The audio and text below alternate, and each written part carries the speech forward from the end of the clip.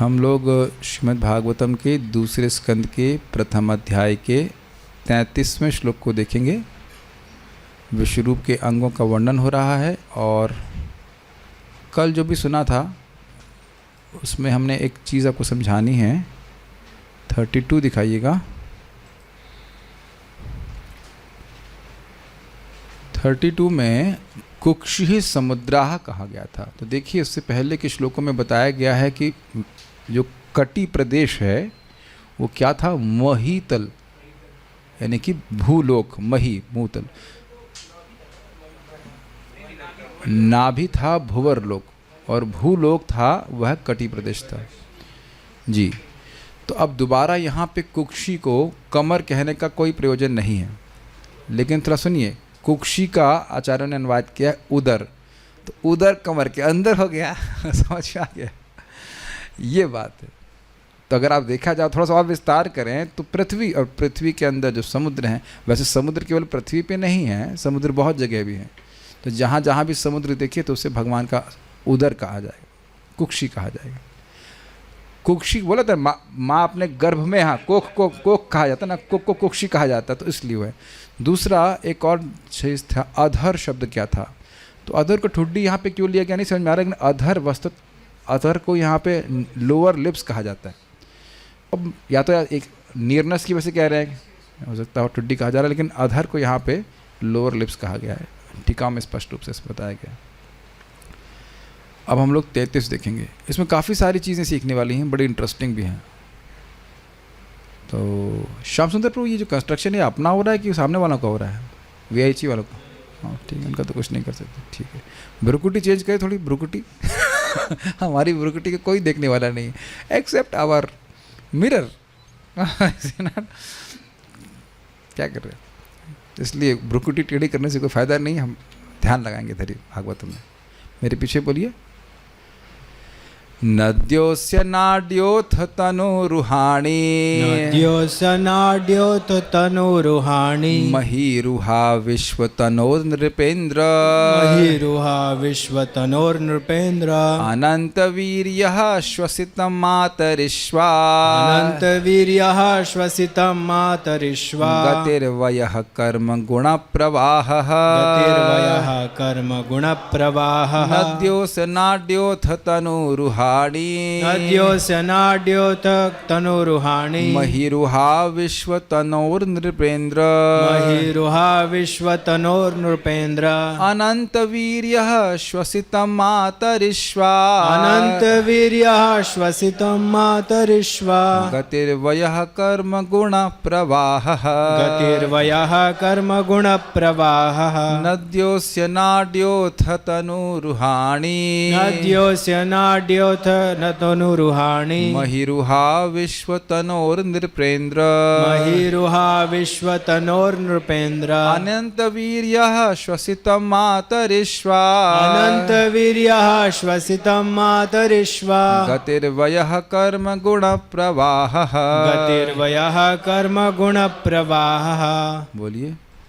नद्योस्य नाड्योत तनुरुहाणि, महीरुहा विश्वतनोर्नृपेन्द्र, मतिर्विहा विश्वतनोर्नृपेन्द्र, अनन्तवीर्यः श्वसितं मातरिश्वा, अनन्तवीर्यः श्वसितं मातरिश्वा, गतिर्वयः कर्म गुणप्रवाहः, गतिर्वयः कर्म गुणप्रवाहः। ठीक है। अच्छा, इसको कैसे समझाएं? हम इसको पहले अन्वय से समझा दे रहे हैं, क्योंकि वो जो अनुवाद है मैंने तोड़ तोड़ कर फोटो में दिखाया है। नृपेंद्र, हे राजाओं में इंद्र अर्थात सर्वश्रेष्ठ राजा परीक्षित महाराज। नद्य अस्य विश्व तनो, तनु मतलब शरीर, तो विश्व शरीरक, इसका विश्व पूरा शरीर है। नदियाँ उस विश्व के विराट रूप की, विश्व तनु की। नाड्य, नाड़ियाँ हैं, नाड़ी मतलब नस। इज इट रियली नस या कुछ और? माइक पे बताओ, आज आपको मौका दिया जा रहा है। क्या आप मेरी जो नाड़ी देखते रहते हो, क्या है वो नाड़ी? हाँ, ये हमारे शरीर में समस्त शरीर में नाड़ियों का जाल फैला हुआ है, हम्म। तो वो नदियों से सूचित हो रहा है। वो तो ठीक है, लेकिन इज इट वेन्स? नहीं प्रभु, नाड़ियाँ खाली वेन्स नहीं होती हैं। हाँ, मैं यही बोलना चाह रहा था, बताइए। यहाँ नसों का जो अनुवाद किया है वो ठीक है, लेकिन हाँ। नाड़ियों का बेसिकली मतलब होता है जिससे कोई चीज़ बहती है। अब कई प्रकार के स्रोत होते हैं, 5 8 हमारी बड़ी महास्रोत हैं, फिर स्रोत हैं, फिर नाड़ियाँ हैं जो उनको सारे सामान को लेकर जाती ये हैं। कितना सुंदर इन्फॉर्मेशन दी है बेटा, बहुत अच्छा क्या बात पढ़ा आपने। तो नाड़ियों में का क्या गुण देख रहे हैं, जिससे कुछ चीज़ बहती है, एनर्जी भी बहती है, is it not? Energy flow करती है, तो इसलिए नदियों को नाड़ी कहा जा रहा है विश्व रूप, क्योंकि नदियों में जल बहता है। सी, और एक और बात बताऊं, तीसरे स्कंद में आप पढ़ेंगे, you can confirm, Prabhupada ji बताते हैं कि नदियों में स्नान करने से स्नायु तंत्र अच्छा रहता है। Is it like that? हाँ, यस, मतलब माइक। यस प्रभु जी। यस, आपको यस करने नहीं बोला गया है। अच्छा, ये आप तीसरे स्कंद में पढ़ेंगे। हम लोग नदियों में स्नान करते नहीं, लेकिन नदियों में स्नान करने से व्यक्ति का स्नायु तंत्र भी ठीक रहता है, नाड़ियाँ पवित्र रहती हैं, नर्वस सिस्टम ना। हाँ ठीक। एक पॉइंट यहाँ पे आपको सीखने को मिला। अथ तत्पश्चात महीरुहा, पेड़ पौधे। अब देखो अनुवाद, देखो क्या है ना कि ऐसे आप अनुवाद पढ़ेंगे तो उतना टेस्ट नहीं लगता है, लेकिन संस्कृत के शब्द को समझेंगे तब बहुत अच्छा लगता है, क्योंकि बड़ा आश्चर्यजनक होगा। देखिए मही रुहा का अर्थ क्या है? मही रुहा का अर्थ यहाँ पे क्या लिखा? पेड़ पौधे। रुहा मतलब रोम। अब समझ में आया? अब इंटरेस्टिंग लग रहा है। मही रुहा, पृथ्वी के रोम। मही हो गई पृथ्वी और रुहा मतलब रोम। सो इसी जैसे आप अपने शरीर में देखेंगे तो रोम है, तो उसी तरह भगवान विश्व रूप के रोम जो हैं वो पृथ्वी के पेड़ पौधे हैं। नहीं, पृथ्वी के रोम भगवान विश्व रूप के रोम हैं। ये लिखा है मही रुहा तनु रुहाणी, उनके शरीर के बाल हैं। पृथ्वी के बाल उनके शरीर के बाल हैं, ये कहा जा रहा है। तो पूछेगा पृथ्वी के बाल क्या हैं, तो प्रभुपाद अनुवाद कर रहे हैं पेड़ पौधे। और काफ़ी अलग अलग तरह के बाल हैं पृथ्वी के। नारियल का पेड़, कैक्टस हर तरह का पेड़ पौधा। और महाराज बड़ा सुंदर कह रहे थे कि न सिर्फ हम इन बालों को खा रहे हैं, वे फल खा रहे हैं कि नहीं, बल्कि उनसे ही घर बना रहे हैं। कितना सुंदर है। लकड़ी के बिना घर बन सकता है? आप कहीं ना ईंट से बना रहे, तो ईंट में भी तो लकड़ी लगती है उसे पकाने के लिए, और बहुत जगह झोपड़ी आदि बनता है तो वो तो पेड़ पौधे उसमें लगते ही हैं। वो जो आप लोग क्या कहते हैं शटरिंग करते हैं, उसमें लकड़ी लगती है कि नहीं? तो भगवान के बाल लगा रखे वहाँ पे आपने। हमको महाराज के शब्द बड़ा अच्छा लगा कि भगवान के बाल खा रहे हो। बुढ़िया के बाल तो खाए होंगे आपने, है कि नहीं? बुढ़िया के बाल खाएं तो आपको विश्वरूप का स्मरण होना चाहिए कि जैसे भगवान के बाल खा रहे हैं। एक अश्वत्थ नहीं, आंवला का पेड़ तो भगवान की सलाइवा से उत्पन्न हुआ ही है। और भी पेड़ों को कहा जाता है। कौन से पेड़ को भगवान का बाल कहा जाता है? जब तक कुछ माइक पे नहीं बोलते मैं सुनाई नहीं पड़ता। हाँ, एक तो कुशा की घास है जो वराह देव के रोम से उत्पन्न हुई है। रोम से डायरेक्ट उत्पन्न हुई। खैर वहाँ तो विराट पुरुष की बात नहीं, वहाँ सीधे भगवान से उत्पन्न हो रहा है। तो यार जो भी हो, ये मही रुहा तनु रुहानी, समझ में आ गया? पृथ्वी के रोम उनके भगवान के शरीर के रोम है। पता नहीं कितने लोगों को इस अध्याय को पढ़ने का अनुभव होगा पहले, लेकिन उसको पढ़ करके लगता था कि अब इसको पढ़ जल्दी से जल्दी ये रास्ता कट जाए, है ना? लेकिन आप देख रहे हैं कि एक एक शब्द का आस्वादन कर रहे हैं। तो कोई, मैं से बताऊँ, मैं सोचता हूँ कि आज थोड़ा समय है कि अगला श्लोक में चला जाऊँ, लेकिन मन मेरा अगले श्लोक में जाता नहीं है। इतने सुंदर सुंदर शब्द हैं, इनको आप मनन कीजिए तो बहुत अच्छा लगता है। और ये भी मुझे लगता है कि जब आप लोग सुनेंगे तो आपको भी बड़ा अच्छा लगेगा, क्योंकि हैं ही शब्द बड़ा अद्भुत। और देखिए किस प्रकार से राइमिंग है, मही रुहाणी तनु रुहाणी। ठीक है। अनंत वीर्य मातरिश्वा श्वसितम, सर्वशक्तिमान भगवान की वायु श्वास है। अब देखिए ये बड़ा गेम है इसमें। ये अनंत वीर्य शब्द जो है ये वायु का भी विशेषण हो सकता है, अनंत शक्ति वाली वायु। और इसी को इस तरह से प्रभुपाद अनुवाद देख करके समझाए हैं कि देखिए भगवान महाविष्णु, उनकी निश्वास से अनेक अनेक ब्रह्मांड उत्पन्न हो रहे हैं। तो अनेक अनेक ब्रह्मांड उनकी श्वास पर टिके हैं कि नहीं? तो वायु का, उस वायु का भी अनंत वीर हुआ कि नहीं?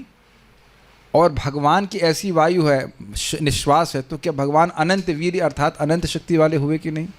तो दोनों जगह आपको अर्थ लेना पड़ेगा। देखिए आज मैं सोच रहा था कि कभी कभी भक्त लोग संदेह करेंगे ये अर्थ भी है और वो भी अर्थ क्या है। तो ये महाप्रभु का शब्द है, नाना शब्दे नाना अर्थ को है, प्रति श्लोके प्रति अक्षरे नाना अर्थ कहे। भागवत का ये एक गुण है कि एक एक शब्द का एक एक चा का ही बहुत सारे अर्थ हो सकते हैं। आप लोग जान रहे वो दिन दूर नहीं है जिस दिन मुझे समझ में आ जाएगा आत्म रामश्च श्लोक, 61 दिन उसकी व्याख्या करेंगे, 61 अर्थ, 61। बहुत दिन वो दूर नहीं है, भगवान आशीर्वाद देंगे हमको समझ में, जिस दिन समझ में आए उस दिन छोड़ूंगा नहीं। तो ये है हिसाब किताब, 61 अर्थ। तो ये यही रनिश करना जीवन में। तो प्रभु जी इसमें तो बहुत टाइम लग रहा है। तो हितोपदेश क्या कहता है, अजर अमरवत। ऐसा जब आप ज्ञान इकट्ठा करें तो कैसे करना है, एकदम बुढ़े नहीं, अरे अभी तो मैं जवान हूँ, अभी तो मैं पढ़ने वाला हूँ। और तो कितना जियोगे, अमरवत, अरे बहुत लंबा जीवना है, हम आराम से पढ़ेंगे शास्त्र। ज्ञान इकट्ठा करना बड़े धैर्य उत्साह के संग करें। उत्साह मतलब यंग हूँ मैं, कितनी उम्र हुई, अभी 40 तो हुए, बस ज़्यादा कुछ नहीं। यहाँ कोई 50 का है, 50 कोई नहीं, सब अच्छा 15-20 साल के ही तो अपन लोग हैं, ठीक है। तो है ही नहीं, कोई बुढ़ा है ही नहीं, सब यंग हैं। और कोई मर रहा है, कोई मरता ही नहीं, आत्मा तो है, आत्मा तो मरती ही नहीं है। अगले जन्म में फिर ट्राई करेंगे। 1500 साल का है श्रीमद् भागवतम का कोर्स, जिसमें कैसा भक्ति वैभव करना चाहते हो। 1500, एक महीना, एक श्लोक, एक महीना। हम तो थोड़ा फास्ट जा रहे हैं, लेकिन ऐसा बरोबर बता रहे हैं। तो आनंद लीजिए श्लोकों का। अनंत वीर समझ में आया? अनंत वीर वायु का भी विशेषण आप लोगे, यानी कि अनंत शक्ति वाली वायु उनकी श्वास है। तो बस जिसकी श्वास अनंत शक्ति से युक्त है, क्यों अनंत शक्ति से युक्त है? क्योंकि सारे ब्रह्मांड उसमें तैर रहे हैं, तो वो भगवान के पास क्या कुछ कम शक्ति होगी? तो वो अनंत वीर वाले भगवान की, अनंत वीर विशेषण भगवान पे भी ले सकते हैं। हाँ बोलिए। प्रभु ये जो मातरिश्व है, इसका अगर संस्कृत में वो विच्छेद किया जाए तो मातृश्व, यानी कि वो श्वास जो जन्म देती है, वो भी अर्थ निकल के आ रहा है। Very good. मातृश्व जैसे प्रभु जी बता रहे हैं, मैं तो सोचा नहीं था इसके बारे में, लेकिन श्वास जो जन्म देती है, तो उसके बारे में चर्चा होगी। महाविष्णु श्वास छोड़ते हैं तो बहुत सारे ब्रह्मांडों की सृष्टि होती है, but I will have to get some confirmation. हाँ ठीक है। तो ये उनकी वायु, उनकी श्वास प्रश्वास। वयः गति, व्यतीत होती आयु उनकी गति है। अब यहाँ पे एक अर्थ दिया गया है, अब आप समझेंगे कि हमारी आयु जो व्यतीत हो रही है वह भी कह सकते हैं, लेकिन और प्रभुपाद अनुवाद में बता रहे हैं जो युगों का परिवर्तन हो रहा है, सतयुग, त्रेता, द्वापर, कली इत्यादि इत्यादि। तो ये भगवान की गति, गति मतलब गमन, चलना है। तो आप जानते हैं कि इस गति को कोई रोक नहीं सकता है एक्सेप्ट परीक्षित महाराज। काल को भी जीते, कलयुग को भी जीत लिए थे, लेकिन बाद में छोड़ दी, बेटा जाओ चलो करो। वहाँ पे हम सुने नहीं थे इस बात को कि इतने महान थे कि काल की गति, काल को भी रोक दी। भाई कली की गति का मतलब क्या हुआ? कली का इफेक्ट रोक दी, नहीं तो इस समय भी द्वापर युग ही चल रहा होता। एनीवेज, वयः गति मतलब भगवान का गमन है, कोई रोकना। गुण प्रवाह च, तथा प्रकृति के गुणों की प्रतिक्रियाएं कर्म ही उनके कार्यकलाप। इन सब का अर्थ भी मैं समझाऊंगा, पहले संस्कृत देख लीजिए। नद्य अस्य नाड्य, नदियाँ उनकी नाड़ियाँ हैं। अथ तत्पश्चात तनुरुहाणी महीरुहा, मही के रोम उनके शरीर के रोम हैं। किसके? विश्व तनु, विश्व रूप भगवान के। किसको बोला जा रहा है? नृपेंद्र। अनंत वीर्यः श्वसितम मातरिश्व, अनंत शक्तिशाली भगवान की श्वास यहाँ वायु है।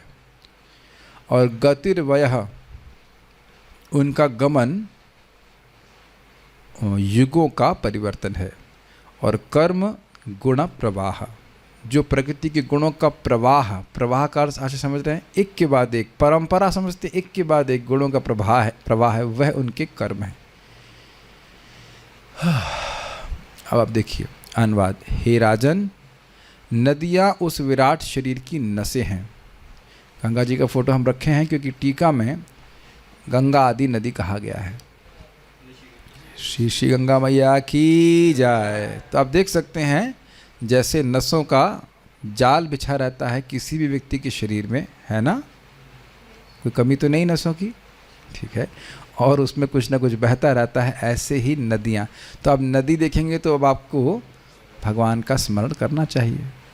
ये भगवान की नसें हैं। अब ये अलग बात है कि इन नसों में आजकल लोग गंदा चीज़ डाल रहे हैं। क्यों डाल रहे हैं बताइए? क्योंकि ये बात स्मरण नहीं कर रहे हैं कि केवल पानी मात्र नहीं है, ये भगवान की नस है। हमारी नस में कोई अगर स्टूल वाटर डालेगा तो डालने देंगे? अपराध कर रहा है व्यक्ति। इसीलिए इस प्रकार की धारणा करने से व्यक्ति का प्रकृति के प्रति भी सम्मान होता है। और जो प्रकृति चिल्लाते रहते हैं, भगवान को नज़रअंदाज करते हैं, नेग्लेक्ट करते हैं, तो सम्मान नहीं करते कि नहीं? वृक्ष उनके रोम हैं और जानबूझ करके फ़ोटो रखी गई है। पेड़ खड़े हुए दिखते हैं तो कैसा लग रहा है? जैसे किसी कोई रोमांचित हो। और घास भी इसी प्रकार से रहती है। और सर्वशक्तिमान वायु उनकी श्वास है। तो प्रभुपाद जी यहाँ पे अनुवाद में अनंत वीर शब्द किसका विशेषण ले रहे हैं? वायु का। और आगे टीका में अनंत शब्द से भगवान को इंगित किया गया। तो दोनों अर्थ आपको ग्रहण करने होंगे। ये फोटो से काफ़ी क्लियर हो रहा है। बवंडर चल रहा है, वायु है और वह भगवान के श्वास है। क्या फोटो मिला मेरे को, बहुत सुंदर। समुद्र, अरे समुद्र नहीं बेटा, ये समुद्र है, समुद्र नहीं। मैं देखा था रोड के ऊपर बवंडर आ रहा है। परम पूज्य राधानाथ महाराज सब ने बड़ा सुंदर कमेंट किए थे। हमको बहुत अच्छी कमेंट लगा था, अद्भुत कमेंट कि देखो वर्ल्ड ट्रेड सेंटर था जहाँ पे उन्हें हवाई जहाज गिरा दिए थे। तो हवाई जहाज गिरा करके वर्ल्ड ट्रेड सेंटर उन्हें गिरा दिया था और मेरे ख्याल से 5000 लोग मर गए थे। और उस कारण से उन्हें एक युद्ध छेड़ दिया था इराक के खिलाफ, ऐसे कुछ था। तो महाराज कह रहे थे कि ये जो बवंडर आया अमेरिका में, वहाँ के प्रेसिडेंट साहब देख रहे हैं कि हज़ारों लोग को मार दिया और क्या कर पाए? चूं भी नहीं कर पाए। अब किससे युद्ध करोगे? तो कल अनंत वीर्य। अब ये बवंडर आएगा तो कहाँ क्या करेगा बताइए? वीडियो बना सकते हैं, फोटो खींच सकते हैं, कर कुछ नहीं सकते, उड़ा के फेंक देगा सबको। देखिए ये एक रिप्रेजेंटेटिव है। यहाँ पे अगर आप वायु देख रहे हैं, यहाँ वायु के भी 2-3 अर्थ ले लीजिए। 2 अर्थ तो दिख रहे हैं। एक वायु जो आप यहाँ पे देख रहे हैं, हवा चल रही है, आंधी चल रही है, तो वो स्मरण करना चाहिए भगवान सांस ले रहे हैं। श्वास से लग रहा है भगवान प्राणायाम कर रहे हैं बहुत तेज़ी से, अगर आंधी चलते हुए देखिए। और दूसरा जो प्रभुपाद अर्थ ले रहे हैं वो वही है कि जो भगवान महाविष्णु श्वास प्रश्वास कर रहे हैं, जिसमें अनंत ब्रह्मांड स्थित है। तो दोनों प्रकार से ग्रहण करना हुआ, ठीक है। व्यतीत होते हुए युग उनकी गति है। अब आप लोग ये पता नहीं फ़ोटो ठीक से देख पा रहे हैं कि नहीं। दिख रहा है सबको ये फ़ोटो? यहाँ तो बड़ा कर सकते हैं, मैं बड़ा नहीं कर सकता, लेकिन बहुत सुंदर फ़ोटो हमको मिला। ये तीली के द्वारा उन्होंने मनुष्य के जीवन की जीवन कैसे व्यतीत हो रहा है वो दिखाया है। देख रहे हैं किस प्रकार से बच्चे के रूप में जन्म लिया, फिर थोड़ा बड़ा, थोड़ी उसकी बुद्धि आई, थोड़ा सा जला, मतलब इन सेंस की बुद्धि कुछ प्रखर हुई, फिर वो बुद्धि बुझना शुरू हो गई। देख रहे हैं कितना सुंदर है। वृद्ध होना शुरू हुआ, करते करते उसका क्रॉस मतलब मर गया। तो ये सब देख ही रहे हैं कि लोग, कोई रोक तो नहीं पा रहा है, उसको रिवर्स तो नहीं कर पा रहा है। वृद्ध होते ही जा रहे हैं और आयु समाप्त हो रही है। और साथ ही साथ आप उसको अर्थ लेंगे जो सत्युग, त्रेता, द्वापर, कलयुग। इस पे बड़ा सुंदर जोक है, जोक नहीं असली बात है, उसको मैंने रिलेट किया। अभी तनिष्क प्रभु समझा रहे थे कि कोई व्यक्ति इनके मित्र हैं जो ऑडी खरीदिए, तो उसकी रिपेयर के लिए खर्चा था 5000 रुपये का। तो उन्होंने कहा कि हम आपसे 50,000 रुपये इसलिए ले रहे हैं क्योंकि आपका स्टेटस सिंबल अधिक है। तो मुझे तुरंत स्ट्राइक किया कि जिस आत्म साक्षात्कार को कलयुग में केवल हरिनाम करके प्राप्त कर लेते हैं, उसका पेमेंट अधिक लिया जाता है सतयुग में, क्योंकि योग्यता अधिक है। क्यों? उसी चीज़ के लिए, वो सेम आत्म साक्षात्कार के लिए अधिक पेमेंट लिया जा रहा है। क्यों? क्योंकि आप योग्य अधिक हो, इसलिए मरते रहो, झूलते रहो, तपस्या करते रहो, जिता शास या जिता सनो जिता श्वास करते रहो। और ये कलयुग के लोग नाच नाच करके भगवान के पास चले जाएंगे। लोग कर रहे हैं, भगवान नहीं कर सकते। करो पेमेंट अधिक और मरते रहो, पत्ते खाओ, ये सब करो। और कलयुग के लोग रसगुल्ला, खिचड़ी, पकौड़ा खा करके भगवान के पास चले जाएंगे, प्रसाद खाकर। वो भी तो नहीं खा पा रहे हैं, उसमें भी तो कोलेस्ट्रॉल बढ़ जा रहा है। ये वो भी सामर्थ्य नहीं रहा है ना कलयुग में। अब तो वो भी सामर्थ्य नहीं रहा कि अगर प्योर घी भी दिया जाए तो हम डाइजेस्ट कर पाए। है कि नहीं? पहले तो मिलता नहीं, और मिलेगा तो वह भी सामर्थ्य खत्म। तो ये स्थिति है कि कलयुग में जो गति है वो चेंज हो रही है, और वो गति भगवान का रिप्रेजेंटेटिव है। क्या हम लोग ये देख रहे हैं? इतना तो सब लोग देख रहे हैं कि हलादनी माता जी, आप जब छोटी थी उससे लेकर के और अब तक में आप ये देख पा रही हैं कि समाज में काल के प्रभाव से कुछ डिग्रेडेशन आया है। चाचू का नाम भूल गए, क्या नाम है आपको? हाँ, आप बोलते हैं चाचू? हाँ, क्या नाम? हाँ, हाँ बोलते हैं। क्या नाम है आपका? कमलेश, बहुत सुंदर नाम है। तो आप जान रहे हैं कि जब आप छोटे थे उससे लेकर के अब जो समाज आप देख रहे हैं, काल के प्रभाव से वो डिग्रेडेशन आया है।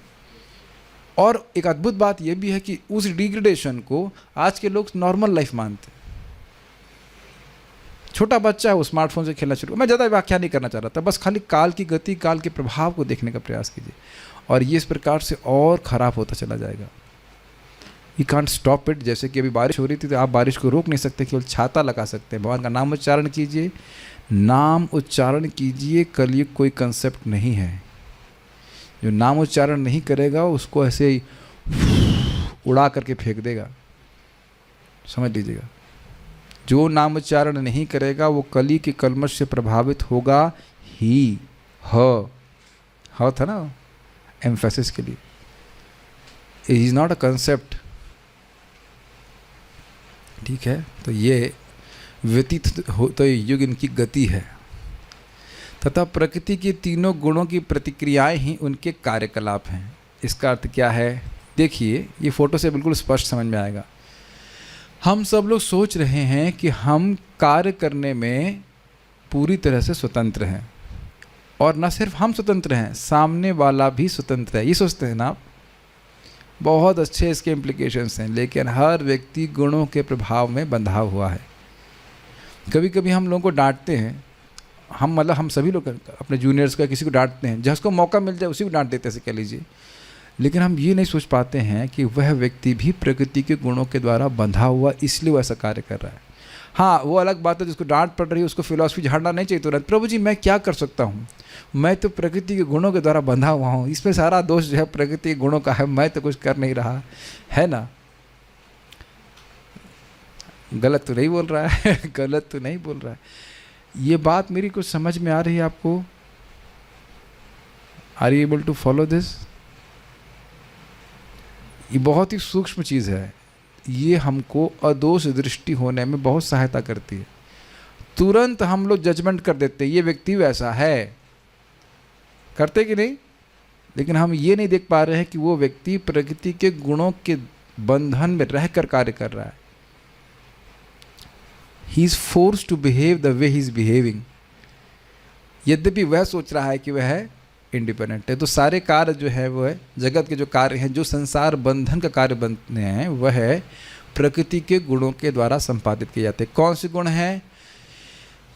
सतोगुण, रजोगुण और तमोगुण। रामकृष्ण प्रभु, सतोगुण का क्या लक्षण है? दिखाई तो गुण देखते नहीं हैं, तो सतोगुण का क्या लक्षण है बता सकते हैं? भगवद गीता में क्या बताते हैं भगवान? एक तो व्यक्ति प्रसन्नचित्त रहता है, प्रसन्न रहता है, और ज्ञान के लिए प्रयास करता है। ज्ञान का उसको नहीं, ज्ञान प्राप्त होता है। सत्वा संजायते ज्ञानम, आगे नहीं बताऊंगा।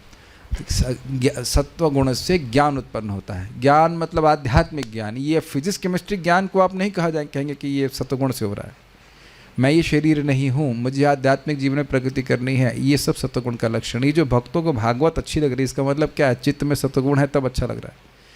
चलिए, रजोगुण के बारे में किसी को कुछ पता है? रजोगुण का क्या प्रभाव होता है? भोग की इच्छा, और विचलित होना किस तरह से?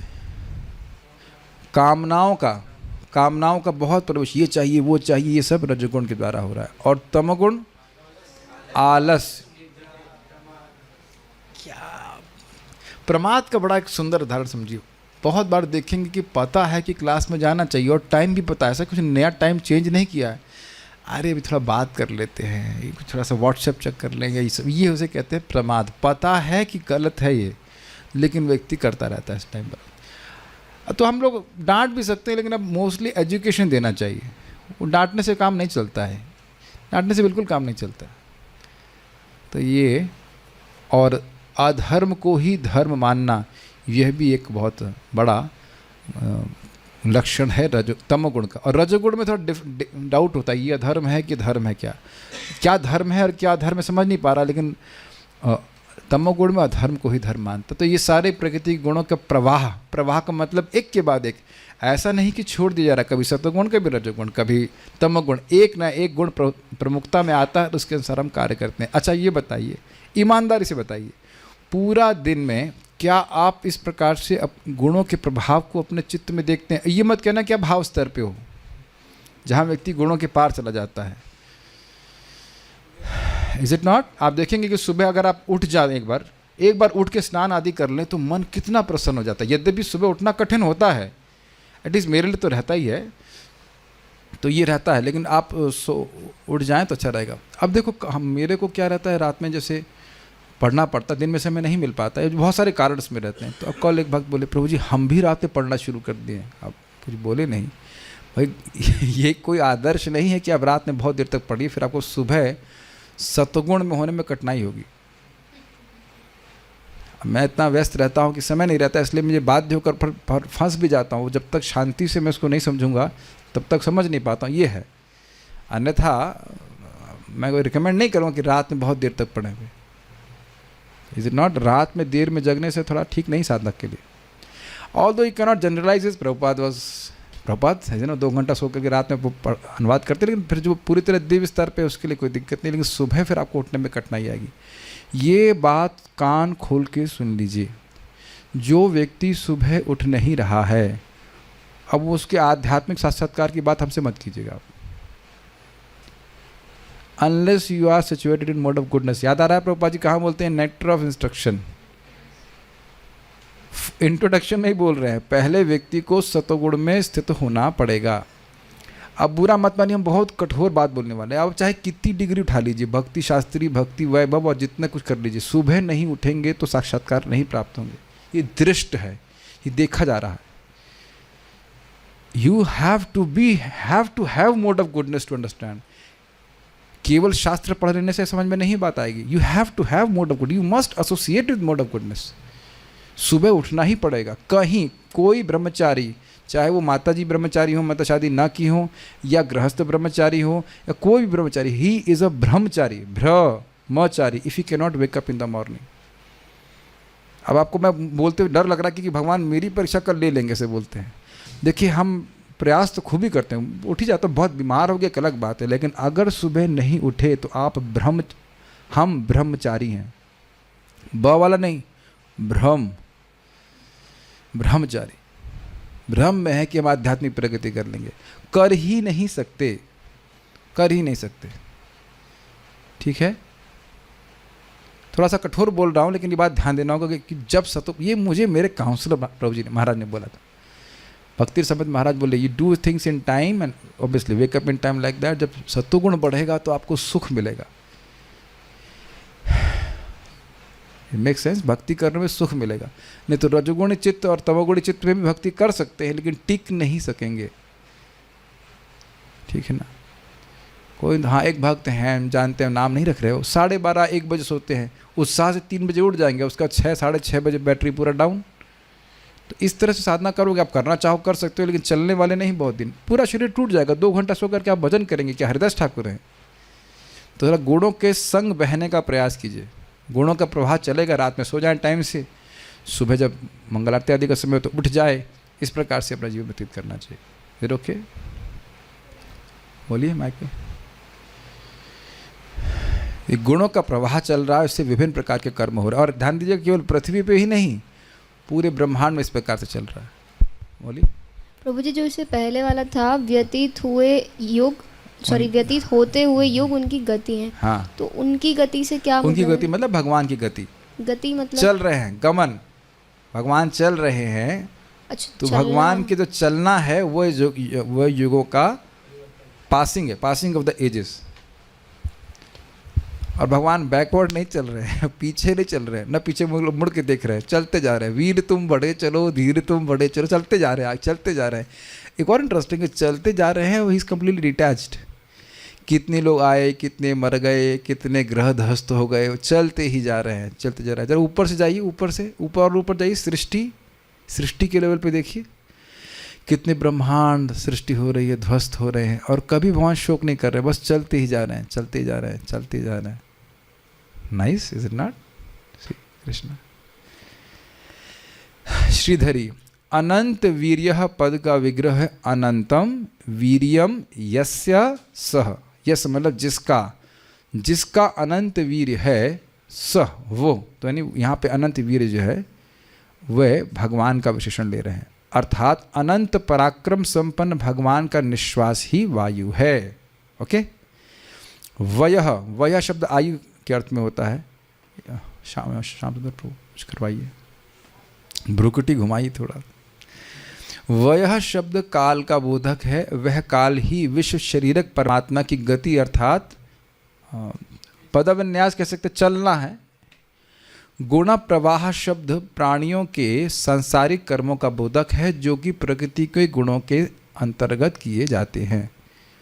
यह वह परमात्मा की क्रीड़ा खेल है ना। आप कहेंगे खेल कैसे, क्यों बोल रहे, जरा देखिए खेल है कि नहीं। जैसे कठपुतलियों को धागे से, इनविजिबल धागों से, वो धागे दिखते नहीं हैं। मैं कई बार बोल चुका हूँ, अपने मंदिर में देखते हैं ना भगवान की ड्रेस, उसको क्या कहते हैं हमको नहीं पता, लेकिन वो धागा होता है लेकिन धागा दिखता नहीं है। आप लोग दर्शन करने जाते होंगे, शायद ही कभी धागा दिखता हो, रोज ही धागा रहता है, शायद ही कभी धागा दिखता हो। Do you agree? नहीं समझ पा रहे हैं? भगवान का फ्रॉक जो भी ड्रेस है वो खींच ऐसे हवा में टंगा रहता है, तो कैसे टंगा रहता है? वो थ्रेड की तरह, बहुत कम दिखता है, बहुत ध्यान से देखें तो ऐसा नहीं दिखाई पड़ता। तो उसी प्रकार से हर व्यक्ति की क्रिया को प्रकृति के गुण संपादित कर रहा है, उसके पीछे कौन है? भगवान है। मया दक्षिण प्रकृति सूयते सचराचरम। प्रकृति अपने से नहीं कर रहा है, इसके पीछे नाट्य करता है। इसमें एक्चुअली फ़ोटो थोड़ी इनकम्प्लीट है, इन द सेंस की फ़ोटो के ऊपर भगवान श्री कृष्ण है, उनके चरण दिखाई पड़ रहे हैं। वो फ़ोटो मेरे को थोड़ी सी अच्छे से डालनी चाहिए थी। भगवान ही इन प्रकृति के गुणों को संचालित कर रहे हैं। कैसे कर रहे हैं? याद आ रहा है? भगवान महाविष्णु प्रधान के ऊपर अपनी काल शक्ति का क्षोभ करते हैं, जिसके द्वारा गुणों में एजिटेशन को क्या कहेंगे हिंदी में? क्षोभ उत्पन्न होता है, और उसके बाद सृष्टि होती है। तो ऐसा नहीं कि गुण अपने आप कार्य कर रहे हैं, जैसे कि यहाँ रस्सियाँ अपने आप कार्य नहीं कर रही है, उसके पीछे चलाने वाले हैं। तो गुण अपने आप में कैसे हैं? जड़ हैं, लेकिन को चलाने वाला व्यक्ति चेतन है, वो भगवान है। ठीक है, सारार्थ दर्शनी। अनंत अर्थात शेष, अनंत अर्थात शेषनाग।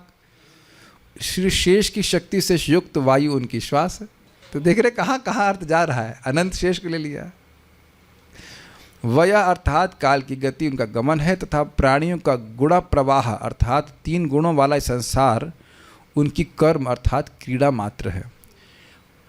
प्रवाह कर्त लिखा गया, अच्छा नहीं, बाल प्रबोधिनी में आएगा। नद्य अर्थात गंगा आदि उनकी नाड़ियाँ हैं, पवित्र नदी। समझ लेना होगा कि बहने में नाली भी बहुत बहते हैं। महाराज क्या बोल रहे थे, बॉम्बे में बहुत सारी वैतरणियाँ बहती रहती, तो उनको भगवान की नाड़ी नहीं कहा जा रहा है सोच रहे हैं, पवित्र नदियों को कहा जा रहा है।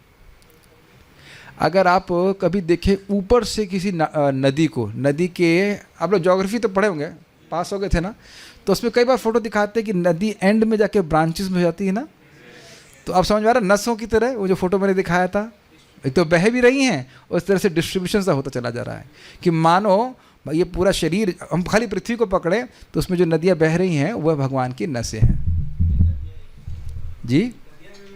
विभिन्न प्रकार के नालों को जोड़ा नहीं जा रहा है। ठीक है।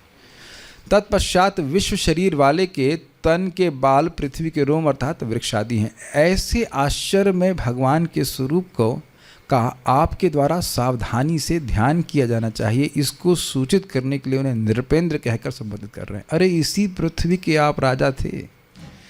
आप समझ रहे हैं, ये जो नदियों का सारा कुछ थी ना, नदियाँ और वृक्ष आदि सभी आपके अंतर्गत थे। ये सब भगवान के रोम हैं और नाड़ी आदि है। तो ध्यान से सुनिए। ओह, मैं उस पृथ्वी पर राज्य कर रहा था जिसका संबंध भगवान से है, तो इसीलिए कह रहे हैं नृपेंद्र। अनंत वीर वाले भगवान का निश्वासी वायु है। अब दूसरा देखिए, काल का गमन ही उनकी गति है। और लास्ट देखिए इंटरेस्टिंग है, उनके कर्म सत्व रज और तम का प्रवाह है, अर्थात देवता पशु और मनुष्य आदि की परंपरा है। समझ में आई? ये प्रवाह का अर्थ समझ रहे हैं कैसे? प्रवाह मीन्स फ्लो, इंग्लिश में प्रवाह को फ्लो कहते हैं। तो जैसे आपने देखा है कि बहाव निरंतर, निरंतर क्या अर्थ है? निरंतरता के अर्थ में प्रवाह को बोला जा रहा है। तो कह रहे हैं देवताओं के यहाँ ऐसा नहीं कि अब देवता बनने बंद हो गए हैं। समझ में आया? पशुओं के समाज में ऐसा नहीं कि पशु बनना बंद हो गए हैं, इंसानों के समाज में जरूर बनना बंद हो गए हैं, क्योंकि इंसान की जगह पशु होना शुरू हो गए हैं। लेकिन वैसे आप देख रहे हैं एटलीस्ट फॉर्म वाइज इंसान अभी भी पैदा हो रहे हैं। तो ये गुणों के अंतर्गत हो रहा है, गुणों के प्रभाव में अलग अलग योनियों में जीव उत्पन्न हो रहे हैं। तो ये भगवान की क्रीड़ा, खेल है भगवान का। जैसे हम मृत्यु को नहीं रोक सकते, वैसे ही जन्म को भी नहीं रोक सकते। रोक पाए आज तक? नहीं रोक पाए। Are you all with me on Zoom? यहाँ तो मैं देख ही रहा हूँ, जूम में पूछना पड़ता है, लोग सोचते हैं कि मैं उनको देख नहीं रहा हूँ, बट ये जूम के विंडोज़ मेरी आंखें हैं, ठीक है। सब दिख रहा है जिनका वीडियो ऑन है एटलीस्ट। ओके, तात्पर्य, भगवान ना तो जड़ पत्थर हैं न ही निष्क्रिय हैं। इसके इस लाइन को समझने का प्रयास, जड़ पत्थर समझ में आ गया, अचेतन। और दूसरा ऑप्शन ये हो सकता है कि भगवान हैं लेकिन कुछ कर नहीं रहे हैं। कुछ लोगों का ये सिस्टम है कि भगवान बना दिए जगत को, फिर उनके कंट्रोल में नहीं है, सब अपने आप चल रहा है। पता नहीं कैसे इनको इनमें विचार आ गया। शायद भगवान का इंटरव्यू लेके आए होंगे कि भगवान क्या कर रहे हैं, क्या करूं, थोड़ा मेरा बीपी लो हो गया है, मुझे चक्कर आ रहा है, मैं कुछ कंट्रोल से मैं बाहर हो गया, दुनिया में चला नहीं पा रहा हूँ। ये देखे ना कि फितूर है, ये कितना बड़ा फितूर समझते हैं। हाँ, पागलपन। कहाँ से इनको आइडिया आ गया कि भगवान निष्क्रिय है? ये बताओ कि क्या सूर्य तुम उगा रहे हो या चंद्रमा, या फिर तुम्हारा खाना कौन हजम कर रहा है? इसकी कोई जानकारी नहीं है। तो कह रहे हैं भगवान ना तो जड़ पत्थर हैं और ना ही निष्क्रिय हैं, जैसे कि कुछ विचारधारा वाले हैं। वे समय के साथ गतिशील हैं, अतः वे अपने वर्तमान कार्यकलापों के साथ साथ भूत तथा भविष्य के विषय में भी सब कुछ जानते हैं। समय के साथ गतिशील हैं, अर्थात समय भगवान की गति से, भगवान की इच्छा को ही समय कहा जाता है, काल कहा जाता है। तो भगवान की इच्छा शक्ति से समय चल रहा है और उसके अनुसार भगवान से कुछ क्रियान्वित करवा रहे हैं। सतयुग है तो ये हो जाएगा, कलयुग है तो ये हो जाएगा, सॉरी त्रेता है तो ये हो जाएगा, द्वापर होगी तो ये परिस्थितियाँ उत्पन्न हो जाएंगी, और कलयुग होगा तो ये। हम लोग रोक नहीं सकते इसको। और जब कलयुग समाप्त होना होगा तो अब कलयुग की दम नहीं है कि मैं बहुत दिन रह लिया अब यहाँ रहूँगा। सतयुग आएगा और सतयुग को स्थापित करवा देंगे भगवान। रखिए, ठीक है।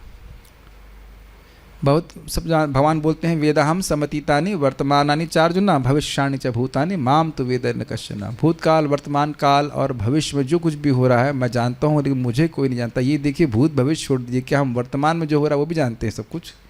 एक भी व्यक्ति कुछ भी नहीं जानता, रेयरली कुछ हम जानते हैं। अरे दूसरों की बात छोड़ दीजिए, हमारे शरीर में क्या हो रहा है यह भी तो नहीं जानते। वैद्य जी बताइए कि ये हमारे शरीर में क्या हो रहा है, तुम्हारा शरीर है तुम जानो। नहीं, हमको नहीं समझ में आ रहा है। क्या जानते हैं? किस बात का अहंकार है, हम बताइए।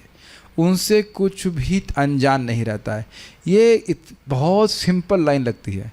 अब बताओ कि जो भक्ति में आने के बाद भी अटेंशन सीख कर रहा है कि मैं भक्ति कर रहा हूँ, लोग जाने तो सही, तो ये वो मूर्खता है कि नहीं बताइए? ये कभी कभी संदेह होता, हम जाप कर रहे हैं, भागवत पढ़ रहे हैं, क्या भगवान देख रहे हैं? अरे भगवान पहले देख रहे हैं, उसके बाद आप देख रहे हैं। Make sense? भगवान नहीं दिखेंगे तो हमको भी कुछ दिखाई नहीं पड़ेगा। Is it not little foolishness? भगवान देख रहे हैं कि मैं उनका एक प्रेमी जीव, उनका प्रेमी भागवत पढ़ रहा है। Is it not? बहुत बड़ा लोगों का बड़ी परेशानी रहती, क्या मुझ जैसे क्षुद्र जीव को, भक्ति को भगवान देखते हैं, क्या स्मरण करते हैं? इस पे ईशोपनिषद का श्लोक है कि भगवान अब मैं ये शरीर छोड़ रहा हूँ, मैंने जो जो कुछ भी किया है आप स्मरण कीजिए। तो उसमें भक्त लोग बताते हैं, अरे भगवान ही सबको स्मरण देने वाले हैं, तो भगवान को बोलने की ज़रूरत है आपको कि आप स्मरण कीजिए? भगवान को तो सब याद है। इसीलिए भक्तों का संग जरूर करना चाहिए क्योंकि वो एक इच्छा आ जाएगी, यार ये बड़े अच्छे हैं, खुश हैं भक्ति करके, हम भी काश भक्ति करते। बस उसी दिन वो नोट कर लेंगे और वो इच्छा तो पूर्ण करा के ही मानेंगे। दैट्स वाई भक्तों को, इसीलिए भक्तों को खूब अच्छा भजन करना चाहिए, क्योंकि आप भजन करेंगे तो आप क्या हो जाएंगे, खुश रहेंगे। और खुश रहने वाले व्यक्ति को तुरंत नोटिस किया जाए कि ये खुश है। फिर आपसे पूछा जाएगा, माइक दिया जाएगा कि आप खुश क्यों हैं, तो आप कहेंगे खुश क्यों ना हो, मेरे बॉस हैं लॉर्ड श्री कृष्णा एंड ताऊ जी Balram, yes why should we not be happy. जो तेल पिलाते हैं तेल निकालते नहीं, है कि नहीं, वो इंटरेस्टेड हो जाएंगे। मुझे बार बार याद आता है इस बात को कि हम लोग 24 आवर कीर्तन में बैठे कीर्तन कर रहे थे, एक व्यक्ति आए, परिवार के संग आए होंगे जो भी, यही जीवन है यही जीवन है, यही जीवन है बोला, लेकिन रुके नहीं, बहुत देर चले गए फिर अपने उसी वही जीवन में चले गए, यद्यपि यही जीवन स्वीकार कर रहे थे इट्स इंटरेस्टिंग। भगवान अनजान नहीं है। महाराज कई बार बोलते हैं, भक्तों के हृदय में आ जाता है कि हम इतने कठिनाई में हैं, लग रहा है भगवान ध्यान नहीं दे रहे, सब उनको ध्यान है। ये समझिए कि अगले जन्मों में, सुनो, अगले जन्मों में जितना भोग आपको भोगना पड़ता वो सब कंप्रेस करके थोड़ा ही भगवा देते हैं ताकि अगला जन्म ना लेना पड़े, और वह भी बच जाए तो सपने में भगवा देते हैं आपको। 4 स्कंद तक छोड़िएगा मत, दिखाऊंगा आपको मैं। सपना भी कोई मान लो बुरा आ रहा है, अच्छा जो कुछ भी आ रहा है, भगवान सपने में ही भोग भुगवा करके भक्त का अगला जन्म सील कर देते। क्या जरूरत है, भोग तो लिया उसने। और ऐसे भी कोई जो सुख दुख आ रहा है वो भगवान के ही दक्षता में आ रहा है। देख लीजिए ना, अभिमन्यु को क्या भगवान मरने दिए और अभी अर्जुन को नहीं मरने दिए, क्या भगवान को पता नहीं था? तो इसलिए शास्त्र श्रवण करेंगे तो भक्ति नहीं छोड़ेंगे छोटे मोटे दुखों की वजह से। आपसे कहीं अधिक दुख में बहुत बड़े बड़े भक्त हैं और भक्ति नहीं छोड़ रहे हैं, तो क्या फालतू में नहीं छोड़ रहे हो? कुछ कारण है ना उसका। कुछ भी अनजान नहीं है भगवान के, और ऐसा भी नहीं कि कुछ भगवान के कंट्रोल में ना हो। बद्ध जीव प्रकृति के गुणों की प्रतिक्रियाओं द्वारा इधर उधर मारे मारे फिरते हैं, और यही भगवान के कार्यकलाप हैं। भगवान के लिए क्रीड़ा है ये। अब ये बड़ा इंटरेस्टिंग है, इसका अर्थ क्या है भाई? एक बात बताइए, क्या आपके हृदय में कभी कोई कामना आई है? नहीं प्रभु जी, अब क्या बताएं, हम तो निष्काम से ही शुरू किए थे, अकाम से ही शुरू किए थे। आगे तो श्लोक पढ़ा ही नहीं कि अकाम सर्व काम, मतलब गए नहीं, अकाम में थे। लेकिन आप जानते हैं कि कामना के बाद हुआ क्या? कोई बता सकता है कि कामना आने के बाद क्या किया आपने? प्रयास किया। लेकिन एक शब्द आप भूल गए, तद अनुरूप प्रयास किया। ये नहीं है कि आपने मान लीजिए हृदय में आए छोला भटूरे की इच्छा खाने की, आप कहें कि ठीक है मैं सलाद खाऊंगा। इससे पहले मैं आगे जाऊं, इस बात को समझिए, तद अनुरूप, ये शब्द समझ में आ रहा है? बहुत अच्छा, परम पूज्य गौरकृष्ण महाराज इस्तेमाल करते हैं। कामना आएगी तो उसके अनुरूप व्यक्ति प्रयास करने लग जाएगा। इधर ओके? तो अब हम सोचिए तमोगुण के प्रभावित होकर के वैसी इच्छाएं आएँ कि आज तो संडे है, अब खूब जम कर सोएंगे, जो कि हम हर संडे को देख रहे हैं कि जब नौकरी करनी होती तो अधिक लोग आते हैं, और जब संडे होता है कहते हैं आज भागवत सुनेंगे। क्या हम इतने गिर गए हैं कि संडे को भागवत सुने? ये हर बार का हमने यह नियम देख रहा है। तो हम तो ठाकुर से प्रार्थना करते हैं कि नौकरी करने वालों को संडे आना ही नहीं चाहिए, लगे रहो लोग काम में, है कि नहीं?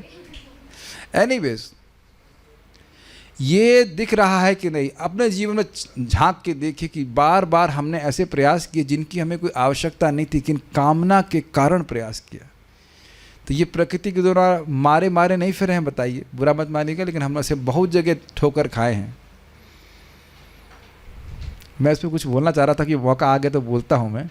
ध्येयम सदा परिभवग्नम अभिष्ट दोहम।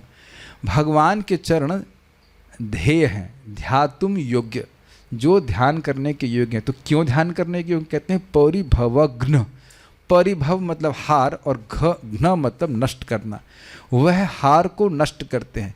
इसका अर्थ क्या है? कहते हैं इंद्रियों का तिरस्कार को नष्ट करते हैं। अब यहाँ ड्रामा तो हम कर नहीं सकते, नहीं तो हम करके दिखाते हैं आपको कि मान लो हम 5 इंद्रिय बन जाएं। शुभजीत हमेशा पकड़े जाते हैं, शुभजीत है बेचारा जीव। आओ चलो खड़ा ड्रामा करते हैं, I cannot show N video. आप बन जाओ जीव। जीव जीव इधर खड़े हो बेटा, आ जाओ 5 लोग। मैं हूँ आपकी जीभ। आओ जल्दी जल्दी जल्दी, सोच ही रही इंद्रियाँ, इंद्रियाँ तो सोचने का मौका देती हैं। ठीक है ठीक है, ओके। ये है आँख। अनीश प्रभु आप क्या हैं? कुमार अनीश। हाथ, हाथ नहीं, ज्ञानेंद्रियों को वाले। आप लोग बहुत लेजी है, लोग कुछ नहीं कर पाएंगे। चलो मैं खींच लेता हूँ। देखो देखो शंभू जी, देखो देखो देखो, ठीक है, आप उधर खींचो, खाओ खाओ खाओ। उस तरह से ये चल रहा है, समझ रहे हैं? बैठ जाइए बेचारे, जीव परेशान हो जाएगा। ये है तिरस्कार।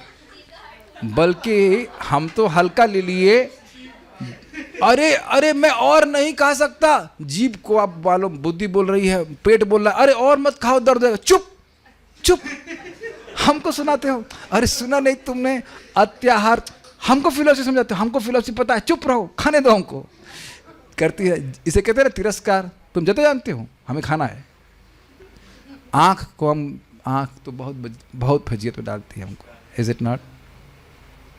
हम लोग सोचते हैं कि कोई देख नहीं रहा है, हम देख लेते हैं इधर। क्यों भाई, गलत तो नहीं बोल रहे हैं? जो हमको देखना अच्छा लगता है, कभी कभी लोग चश्मा भी काला लगा लेते हैं इसी प्रकार से, लेकिन हम लोग मजाक नहीं कर रहे हैं, हमारा तिरस्कार हो रहा है। चल देख उधर, चल खा जा करके। ये इस तरह से तिरस्कार इंद्रियां कर रही।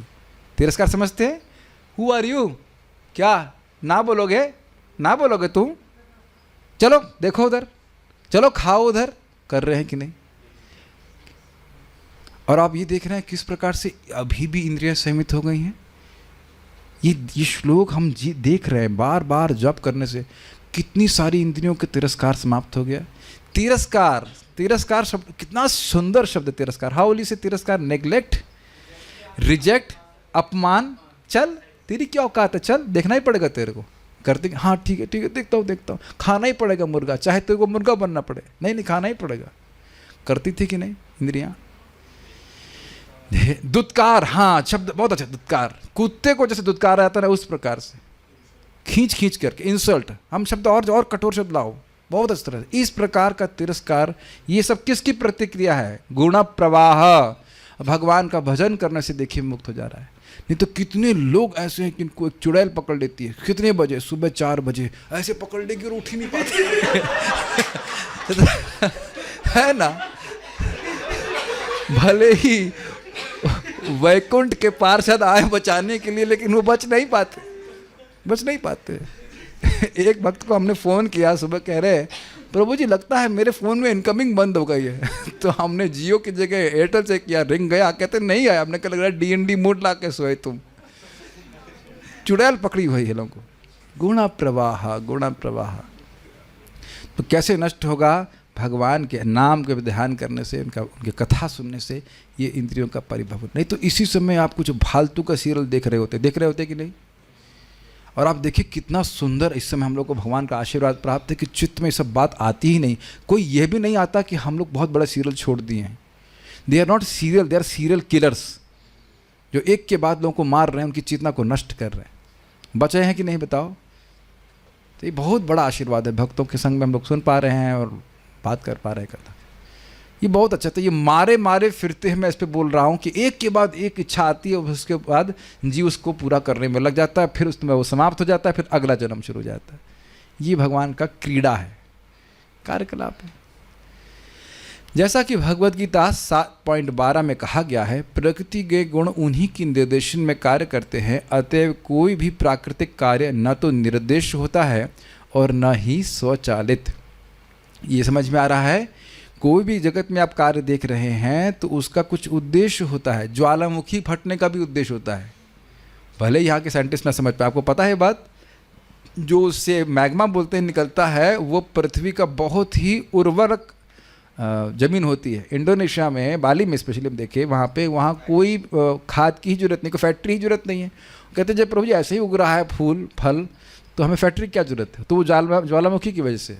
मैं एग्जाम्पल दे रहा हूँ और बहुत सारे हैं। आप जानते हो कि नदियों में बाढ़ आती ही है, और आप जानते हो उससे क्या होता है? आसपास का जो भी क्षेत्र है वो बहुत उर्वर हो जाता है। होता है कि नहीं? जितना भी उसे छेड़छाड़ की जाती है उससे दिक्कत होती है। प्राकृतिक कार्य कोई निर्देश नहीं होता है। लेकिन अगर कहें कि पता नहीं, आप लोग कभी सोचे, कभी आप लोग का लैपटॉप हमेशा के लिए खराब हुआ है? हुआ है? आपने तो बहुत लिए होंगे। कंप्यूटर ख़राब हुआ होगा, लैपटॉप ख़राब हुआ, जो पूरी तरह से ख़राब हुआ, कभी सोचे कि अब ये मैंने इसको रिजेक्ट किया है, इसका क्या उपयोग होगा? Have you ever thought? ये अब वेस्ट हो गया हमेशा के लिए। अब जो भी है उसका हम उपयोग तो करते हैं। अब देखिए ना, हम लोग जो इंसान चीज़ें बना रहा है वो एक पॉइंट पे आकर के निरुद्देश्य हो जाती हैं। Make sense? लेकिन भगवान ने ऐसा सिस्टम बना रखा है कि सब कुछ एडजस्टेड है ना? केले का रैपर बनाया है, केला हलवा आप खा लीजिए मीठा, और वो जो छिलका है वो गाय खा लेगी। कितना भगवान ने सिस्टम बना रखा है। ऐसा हो सकता है कि पानी आप पी लिए और बिस्लर की बोतल का आप अचार बना ले? ऐसा तो होता नहीं है कि नहीं? देख रहे हैं कितनी हमारी इनकम्प्लीटनेस है। Tanish Prabhu, any formula for making Bisleri bottle achar? नहीं हो सकता ना। और ये भी है, स्वचालित कुछ नहीं है लेकिन स्वचालित लगता है। क्या है? विविधैव श्रूयते परस शक्तिर विविधैव श्रूयते स्वाभाविकी ज्ञान बल क्रिया च। भगवान की केवल इच्छा मात्र से पूरा जगत संचालित हो रहा है, इसलिए वो कहते हैं कि प्रकृति कर रही, प्रकृति कर रही। लेकिन आप देखिए यहाँ पे भी सैटेलाइट अगर आप देखेंगे तो सैटेलाइट के आसपास कोई नियामक तो लगता नहीं है, लेकिन कहीं बहुत दूर से बैठा व्यक्ति उस सैटेलाइट को कंट्रोल कर रहा है। और आजकल भी आप ड्रोन्स ने, ड्रोन्स DRONES, वो हवाई जहाज होते हैं, वो इधर से वीडियो गेम की तरह कंट्रोल कर रहे होते हैं, उधर बम मारते रहते हैं। तो बोला जाएगा ना कि अमेरिका का ड्रोन गया, तो कहते हैं हम तो नहीं थे वहाँ पे, हम तो नहीं थे, वो तो अपने आप चल रहा था। कोई मानेगा इस बात को? बताइए, कोई नहीं मानेगा। बल्कि वह वहाँ पे अहंकार को प्रस्तुत करते हैं। देखो, हम अमेरिका से बैठे हुए इराक में ड्रोन चला रहे हैं। जब आप ऐसा कर सकते हो तो भगवान नहीं कर सकते अपनी इच्छा मात्र से? तो बताइए आर्गुमेंट कैसे सिद्ध हुआ आपका कि हमें जब कंट्रोलर दिख नहीं रहा है तो हम मानेंगे कि कोई कंट्रोल नहीं है, लेकिन कंट्रोल के द्वारा कंट्रोलर का निर्णय किया जाता है। फॉलोइंग? कंट्रोल दिख रहा है तो उसके पीछे कंट्रोलर है। वो ड्रोन चाहे कुछ भी, वो ऑटोमेटिक नहीं चल रहा है, उसके पीछे चलाने वाला कोई व्यक्ति। और मान लो ऑटोमेटिक बोल भी जाए, ऑटोमेटिक वॉशिंग मशीन का भी बटन दबाने वाला एक चेतन व्यक्ति होता है। समझ में आ रहा है जी? और उसको डिज़ाइन करने वाला भी एक चेतन व्यक्ति है। ऐसा नहीं कि मशीन ही ऑटोमेटिक मशीन को बना रही है। ऐसा संभव है? ठीक है। ये सब बातें आपको बहुत सामान्य लगती होंगी। आप ज़रा बाहर जाके प्रचार कीजिए, यही गाना गा रहे हैं मूर्ख कि सब कुछ अपने आप कर रही है, प्रकृति कर रही है। प्रकृति तुम्हारी दादी है? प्रकृति कर रही है। आप विश्वास कीजिएगा, मैं पहले ही बोल चुका हूँ, IIT में एक बहुत ब्रिलियंट लड़का था और वो भगवद गीता भी पढ़ रहा था, यथारूप पढ़ रहा था। उसकी अंडरस्टैंडिंग यथारूप नहीं थी। उसकी understanding, intelligence as it is नहीं थी। उसको पढ़ने के बाद बोला, देखो वो साउथ इंडिया, देखो this energy is not is equals to MC square. ऐसे बोला, is equals to MC square, जैसे आइंस्टीन बोलो वैसी एनर्जी नहीं है ये अपने आप चल रही है। तब तो मैं बिल्कुल नया था तो कुछ उत्तर नहीं दिया, लेकिन बाद में मुझे वो में बहुत अच्छा लगता, भगवान कैसे जादू करते हैं। वृंदावन आया और श्यामहरि प्रभु के पास रुका हुआ था। जैसे ही किताब खोला, भगवद गीता, मया धक्षेण प्रकृति सूयते सचराचरम हेतु नाने न कौन्तेया जगदवी परिवर्तते। कहाँ कहा जाए कि भगवान चमत्कार नहीं करते। वो पहला श्लोक था जो हम याद किए थे। आप कल्पना नहीं कर सकते कितना मैं प्रसन्न हुआ था। उन्होंने कहा वाह। उसको तो मैं नहीं समझाया, उसकी मैंने स्थिति को एज इट इज़ रहने दिया। रहे तो सोचता रहे। अब वो व्यक्ति बुद्धिमान होते हुए भी पूरा जीवन यही सोचता रहेगा कि एनर्जी अपने आप काम कर रही, कभी एनर्जेटिक के पास नहीं पहुंच पाएगा। इसीलिए प्रभुपाद का तात्पर्य हमें समझना होगा। प्रभुपाद इसी तरह से कोट कर रहे हैं 7वें अध्याय का, ये चैव सात्विका भावा राजसास्तामसाश्च ये मत एवेति तान् विद्धि न त्वहं तेषु ते मयि। तुम जान लो कि मेरी शक्ति द्वारा सारे गुण प्रकट होते हैं, चाहे वे सतगुण हो, रजगुण हो या तमोगुण हो। एक प्रकार से मैं सब कुछ हूँ, किंतु हूँ स्वतंत्र। मैं प्रकृति के गुणों के अधीन नहीं हूँ, अपितु वे मेरे अधीन है। समझने का प्रयास कीजिए, सारे गुण कहाँ से आ रहे हैं? भगवान से आ रहे हैं। और वो किनके द्वारा संचालित हो रहे हैं? भगवान के द्वारा संचालित हो रहे हैं। उन गुणों से पूरा जगत संचालित हो रहा है। इस जगत की हर वस्तु बस 3 ही गुणों से बनी हुई है, रजगुण, तमोगुण, सत्वगुण, और किसी वस्तु की सत्ता नहीं। समझ में आ गया? प्रधान में क्या है? रजगुण, तमोगुण, सत्वगुण, यही इंग्रेडिएंट्स हैं और इन्हीं का मिक्सचर आप लोगों के सामने प्रस्तुत हो रहा है। जैसे बोलो, कौन सा एग्जाम्पल दूंगा? टीवी। आप इस टीवी में विभिन्न प्रकार के दृश्य देखते हैं, लेकिन वो होता क्या है, रेड, ग्रीन और ब्लू, ये 3 डॉट होते हैं, उससे फिर पिक्चर दिखाई जाती है। परम पूज्य राधानाथ महाराज पे बड़ा अच्छा उदाहरण दे रहे थे, कह रहे थे कि देखो सिनेमा हॉल में व्यक्ति जाता है तो पिक्चर देखने के लिए सबसे पहले उसकी लाइट बंद की जाती है। तो कुछ घंटे पिक्चर देखने के लिए सबसे पहले आपको अंधकार में रखा जाता है, तो उसी प्रकार से जीव को अज्ञान से ढका जाता है, तब वह प्रकृति के गुणों के इस चमत्कार से प्रसन्न होता है। और देखा है कभी आपने कलाइडोस्कोप बोलते, क्या बोलते हैं उसको, बायोस्कोप, नहीं बाइनोकुलर नहीं, बायोस्कोप बोलते थे बचपन में। हाँ, छोटे बच्चे आते थे और वो एक डब्बा लेके आता था, उसमें कुछ चेंज करेगा, कुछ ज़्यादा कुछ नहीं, घुमाता रहेगा और अलग अलग दृश्य प्रस्तुत होंगे। पता नहीं आपने देखा है कि नहीं, पहले ज़माने में छोटेपन में होता था, अब तो सब खत्म हो गए। तो वो उसमें बच्चे लोग खुश जाते थे, 10-5 रुपये 20 रुपये दिया करते थे उसको। बहुत बचपन की याद आ रही मुझे, जब मैं फर्स्ट में रहाऊँगा, नर्सरी या फर्स्ट में, तो वहाँ हमने बायोस्कोप देखा था, टांडा में थे। आप लोग देखिए सबने, आजकल सब खत्म हो गया है ना। हाँ, देखा होगा आपने। तो इस प्रकृति के बायोस्कोप में हम लोग फंसे हैं, लेकिन उसके पीछे चलाने वाला है। आप बहुत आनंद ले रहे हो बायोस्कोप का, लेकिन पीछे गेम को कुछ व्हील जैसा घुमाता रहता है और चलता रहता है। Is it okay? तो उसी प्रकार से भगवान ये प्रकृति का बायोस्कोप चला रहे हैं, और भगवान इसमें नहीं, अर्थात भगवान अपनी शक्ति के द्वारा संचालित कर रहे हैं। मैंने कई बार उदाहरण दे चुका हूँ, मैग्नेट और लोहे वाला। भगवान का सामीप्य और नियामक का संबंध है। बार बार मैं इसलिए बोला करता हूँ ताकि बातें आपके मन में छप जाएं। क्या संबंध है? सामीप्य और नियामक का। नियामक और सामीप्य, समीप हैं भगवान, समीप हैं, लेकिन टच नहीं कर रहे हैं। और टच नहीं करना इसका अर्थ यह नहीं है कि वो कंट्रोल नहीं कर रहे, उसके बावजूद भी वो कंट्रोल कर रहे। ठीक है, आगे बढ़ते हैं।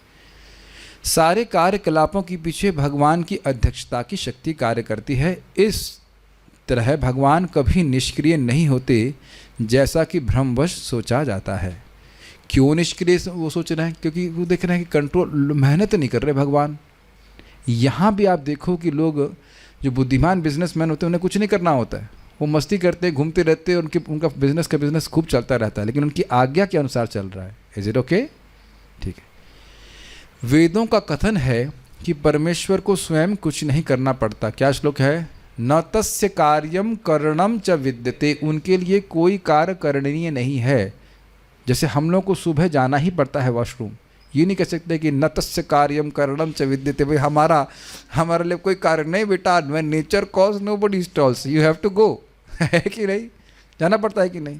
वहाँ तो हम स्वतंत्र नहीं हो सकते, सम्राट नहीं हो सकते। और ये हुआ।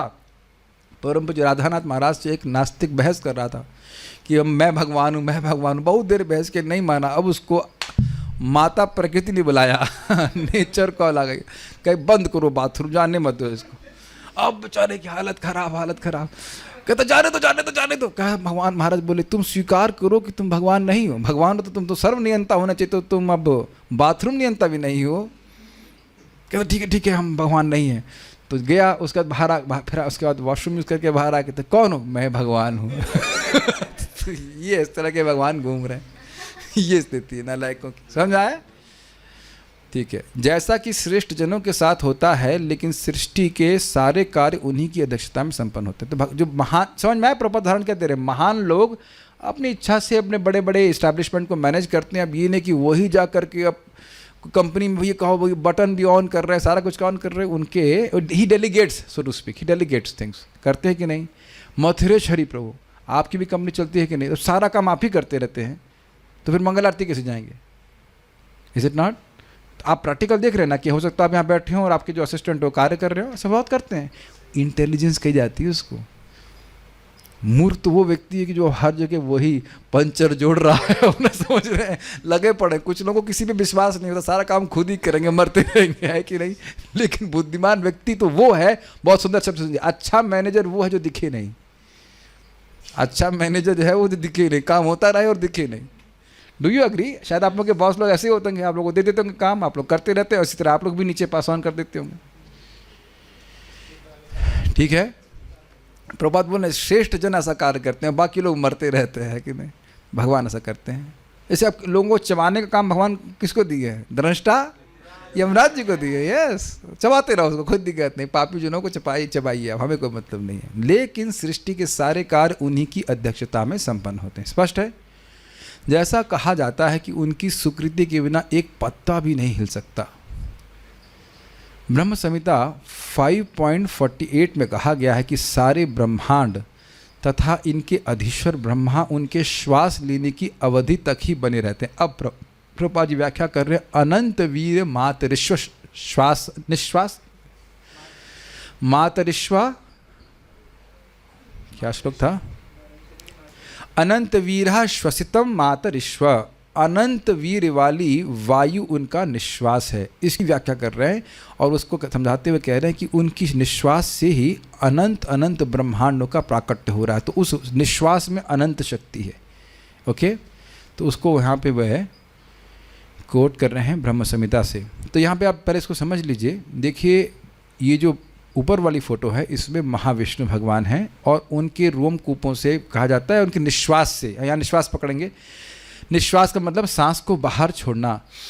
तो सांस को बाहर छोड़ने से अनेक अनेक ब्रह्मांड प्रकट हो रहे हैं। आप कुछ भी छोड़िए, सांस छोड़िए, लीजिए, से कुछ नहीं होता है। हो सकता हो कुछ बैक्टीरिया बाहर आ रहे हो कि नहीं, उससे अधिक कुछ नहीं। लेकिन भगवान के निश्वास, भगवान कौन से भगवान? महाविष्णु भगवान। हम लोग प्रयास करें, कोई ब्रह्मांड आ रहा है बाहर की? नहीं, नहीं, कुछ नहीं आ रहा है। कीड़े आ रहे, वो भी दिख नहीं रहे। ठीक है, तो इस प्रकार से महाविष्णु भगवान हैं और वह निश्वास प्रकट करते हैं और उस ब्रह्मांड के अंदर अपने आप को विस्तार करके गर्भोदकशय विष्णु में विस्तार करते हैं।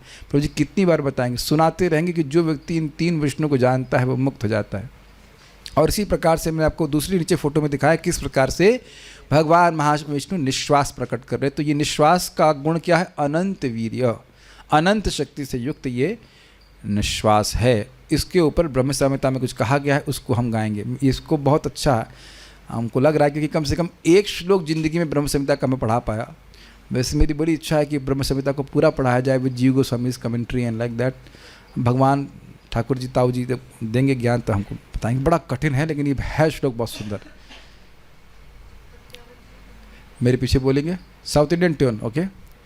यस्यैकनिश्वसितकालमथावलम्ब्य, यस्यैकनिश्वसितकालमथावलम्ब्य, जीवन्ति लोमविलजा जगदण्डनाथाः, जीवन्ति लोमविलजा जगदण्डनाथः, विष्णुमहांस इह यस्य कलाविशेषो, विष्णुमहांस हि यस्य कलाविशेषो, गोविन्दमादिपुरुषं तमहं भजामि, गोविन्दमादिपुरुषं तमहं भजामि, यस्यैकनिश्वसितकालमथावलम्ब्य, यस्यैकनिश्वसितकालमथावलम्ब्य, जीवन्ति लोमविलजा जगदण्डनाथाः, जीवन्ति लोमविलजा जगदण्डनाथः, विष्णुमहांस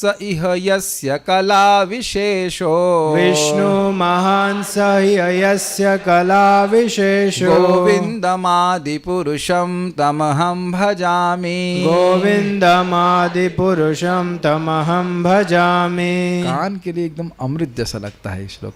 अब आप लोग माइक उधर से बंद कीजिएगा, मेरे साथ में गाइए। यस्यैकनिश्वसितकालमथावलम्ब्य, जीवन्ति लोमविलजा जगदण्डनाथा, विष्णुमहांस इह यस्य कलाविशेषो, गोविन्दमादिपुरुषं तमहं भजामि।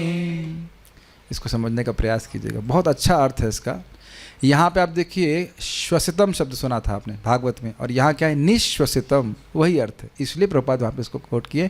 प्रभुपाद जी ने श्लोक कोट नहीं किया, मैंने इसको ऐड किया है, नहीं तो लोग कभी 5.48 खोल के पढ़ने वाले नहीं थे, इसलिए आंखों के सामने लेके आ गए हम।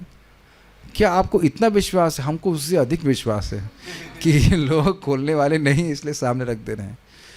ठीक है, अन्वय से पहले मैं इसका अनुवाद पढ़ दे रहा हूँ। जिन महाविष्णु का एक निश्वास बाहर निकलकर जितने समय तक वह बाहर स्थित रहता है, समझ में आया?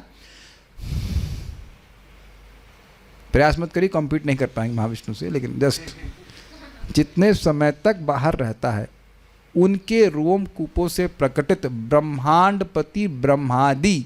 अब ब्रह्मादि का मतलब क्या हुआ? ब्रह्मा, विष्णु और शिव जी। समझ में आया? और बहुत सारे ब्रह्मा, बहुत सारे शिव जी और बहुत सारे विष्णु जी, क्योंकि एक ब्रह्मांड नहीं, बहुत सारे ब्रह्मांड, उतने ही काल तक जीवित रहते। तो कहेंगे भगवान विष्णु तो जीवित नहीं रहते, लेकिन भगवान महाविष्णु अपने आप को गर्भोदक्ष विष्णु रूप में उसी समय तक विस्तारित करते हैं जब तक कि वो सांस छोड़े रखते हैं, जब तक कि ब्रह्मांडों की स्थिति बनी रहती है। ये सब सुनने के बाद भी हमारा इस जगत में कुछ प्राप्त करने की इच्छा बनी रहती है, ये एक बहुत आश्चर्य है। ऊपर से देखो,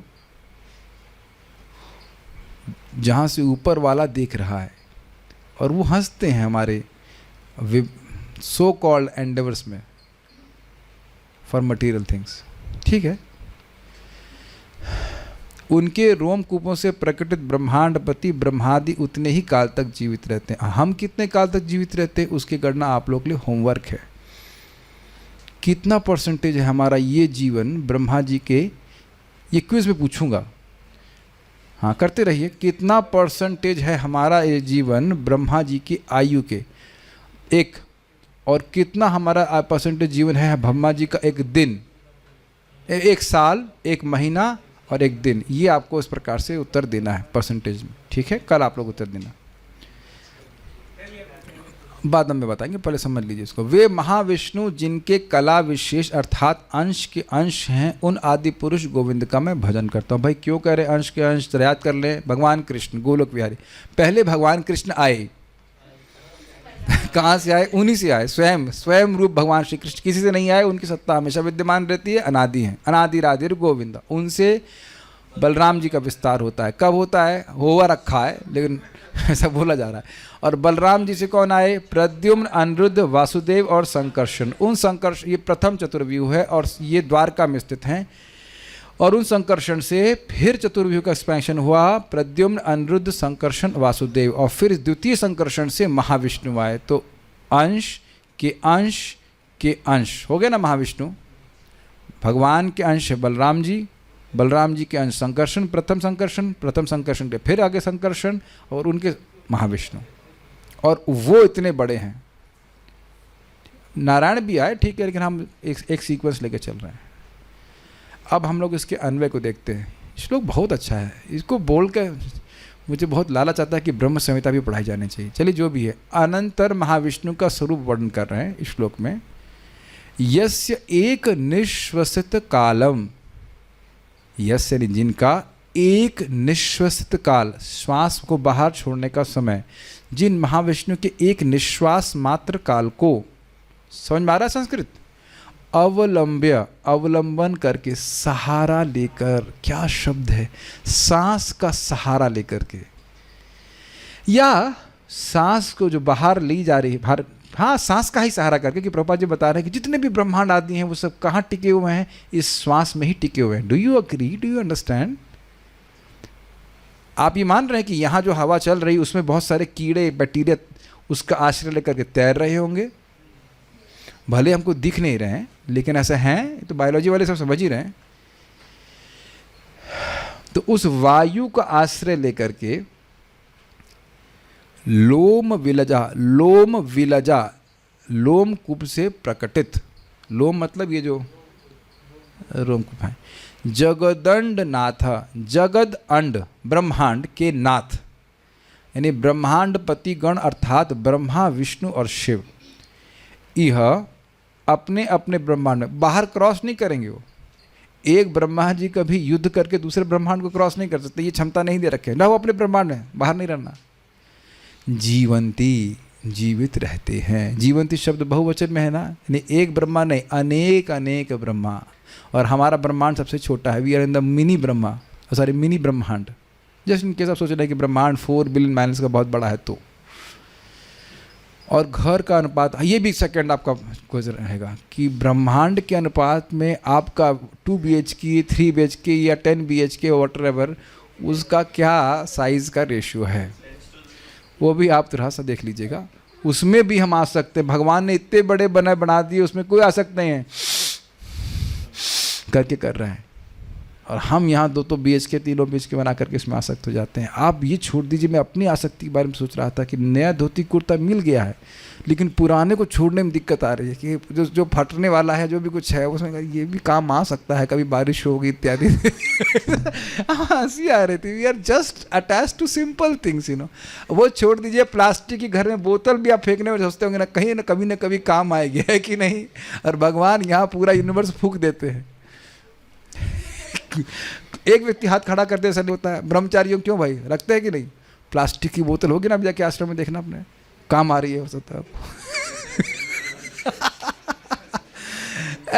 आश्चर्य। अर्थात प्रत्येक ब्रह्मांड के अधिपतिगण अपने अपने कार्यों के निमित्त प्रकट रहते, उस उतने समय तक जीते हैं, काम करते हैं, फिर खत्म हो जाते हैं। स महान विष्णु, वे कारणार्णवशायी विष्णु, अर्थात कारण सागर में शयन करने वाले महाविष्णु। यस्य कला विशेषा, जिनके अंश के अंश विशेष है। समझ में आ गया? बलराम जी संकर्षण महाविष्णु। तम आदि पुरुषम गोविंदम अहम भजामि, उन आदि पुरुष श्री गोविंद का मैं भजन करता हूँ। और जो गधे हैं वो किसी बाबा का स्मरण करते हैं। ये ब्रह्मा जी का आशय समझ। मैं तो अहम तू, मैं तो गोविंद का भजन करता हूँ, हम तो गोविंद की गली में ही पड़े रहते हैं, ब्रह्मा जी ये कहना चाहते हैं। और बाकी लोग किसका भजन करते हैं? किसी बाबा का, बटेर का। महाराज बोलते हैं बटेर का। बटेर मतलब कबूतर, हाँ पैट्रिच होता है, स्पैरो टाइप का। हाँ बटेर। यहाँ पर इसी की पुष्टि की गई। समझ में आ गया? ये निश्वसित की बात कर रहे हैं। अनंत वीर्य मातर श्वसितम मातरिश्वा की व्याख्या प्रपात कर रहे हैं। यहाँ पर इसी की पुष्टि की गई है।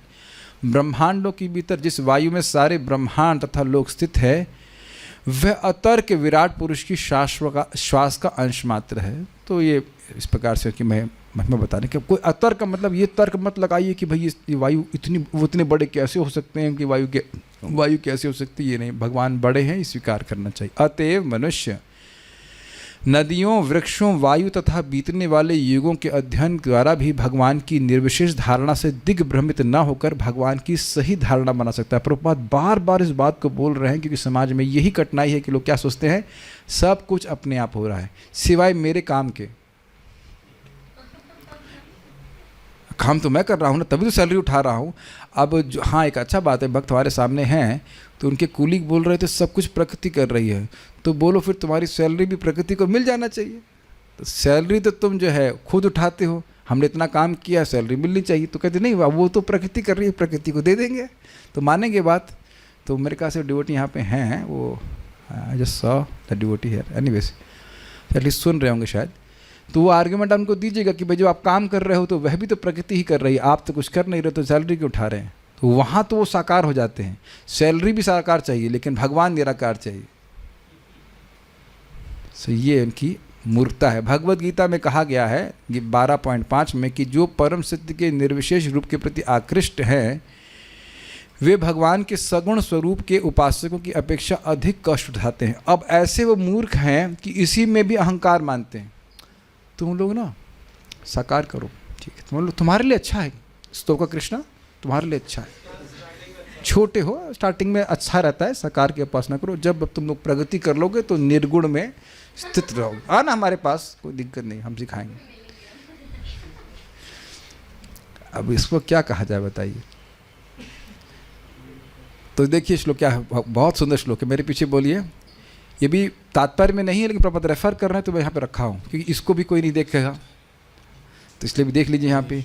क्लेशोऽधिकतरस्तेषाम् अव्यक्तासक्तचेतसाम्, क्लेशोऽधिकतरस्तेषाम् अव्यक्तां सक्तचेतसाम्, क्लेशोऽधिकतरस्तेषाम् अव्यक्तासक्तचेतसाम्, क्लेशोऽधिकतरस्तेषाम् अव्यक्तां सक्तचेतसाम्, अव्यक्ता हि गतिर्दुःखं देहवद्भिरवाप्यते, अव्यक्ता हि गतिर्दुःखं देहं वद्भिर्वाप्यते। मजा नहीं आया, ठीक से बोलो।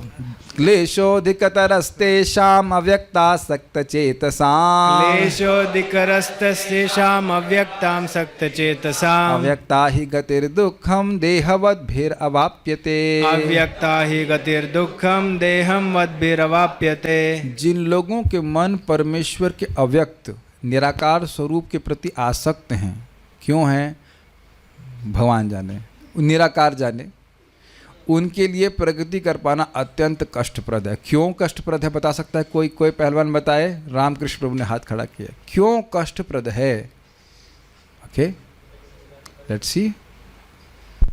ये उनके स्वरूप के बिल्कुल विपरीत है। क्यों?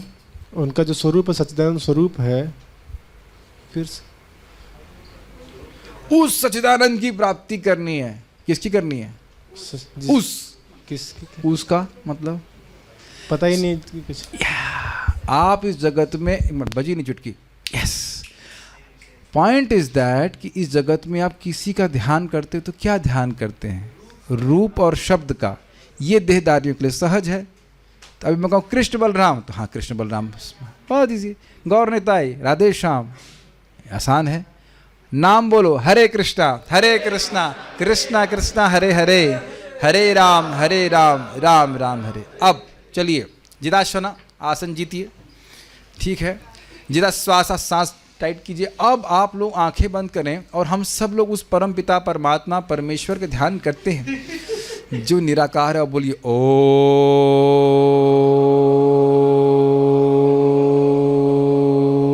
लेकिन देखेंगे ओम भी आ रहा है चित्त में, ओम दिख रहा है ना। अब निराकार का कैसे ध्यान किया जाए बताइए? शब्द और रूप तो आएगा ही ना मन में, इसलिए कष्ट है। इसलिए मैं इसको यहाँ पे देख रहे हैं, तो देहधारियों के लिए उस क्षेत्र में प्रगति कर पाना सदैव दुष्कर होता है। तो इसको ऐसे देखिए, क्लेशो अधिकतर उसको हिंदी की तरह बोल रहा है, अधिकतर तो उनको क्लेश ही मिलता है परेशान ही होते हैं, दर्द ही होता है। और ये बात यहीं नहीं बोली गई है, ब्रह्मा जी बोल रहा है 10.40 में, श्रेया श्रुतिम भक्ति मुदस्यते विभो क्लिश्यन्ति ये केवल बोध लब्धये तेषामसौ क्लेशलमेव शिष्यते नान्यद् यथा स्थूल तुषावघातिनम श्रेयम श्रुतिम भक्ति मुदस्यते विभो। हे विभो सर्वसमर्थ, आपकी भक्ति परम श्रेय की श्रुति है, मार्ग है। उसको त्याग करके, उदस्य जो त्याग करके, क्लिश्यन्ति ये केवल बोध लब्धये, जो केवल इस निराकार के बोध के लिए प्रयास करता है, तो उसे बहुत क्लेश, क्लिश्यन्ति बहुत क्लेश मिलता है। अरे क्लेश मिलता होगा तो रिजल्ट तो मिलता होगा, तो नहीं। क्लिश्यन्ति ये केवल बोध लब्धये तेषामसौ क्लेशल एव शिष्यते, प्रयास कर रहे हैं खूब क्लेश उठा करके और रिजल्ट भी क्लेश ही मिलता है। समझ में नहीं आई बात कैसे कह रहे हैं कि नान्यद यथा स्थूल तुषावघाती नाम, कोई व्यक्ति पर्वत प्रमाण तुष भूसा नहीं, धान बोला जा रहा है, धान को निकाल लिया, चावल निकाल लिया, अब धान का पर्वत रखा, उसको कूटना शुरू करे तो उसमें जो 2-4 चावल होंगे वह भी पिस जाएगा। उसको क्या मिलेगा? हाथ में दर्द होगा, महाराज बोलते दर्द होगा, हाथ में दर्द होगा और हाथ में फफूले पड़ जाएंगे, छाले पड़ जाएंगे। और ये बड़ी अद्भुत बात है। क्या इंसिडेंट है कि जब मैं भरतपुर ये क्लास देने आया था, इस लोग पे बोला हूँ वहाँ पे, तो उस दिन रास्ते में बहुत बड़ा एक ट्रक भी दिखाई पड़ा, इसमें भूसा ही भरा हुआ था। हमने कहा वाह, एकदम सही इंस्पिरेशन भगवान दे दिए कि ये भूसे को कूटने से क्या मिलने वाला है, लेकिन कूट रहे हैं लोग।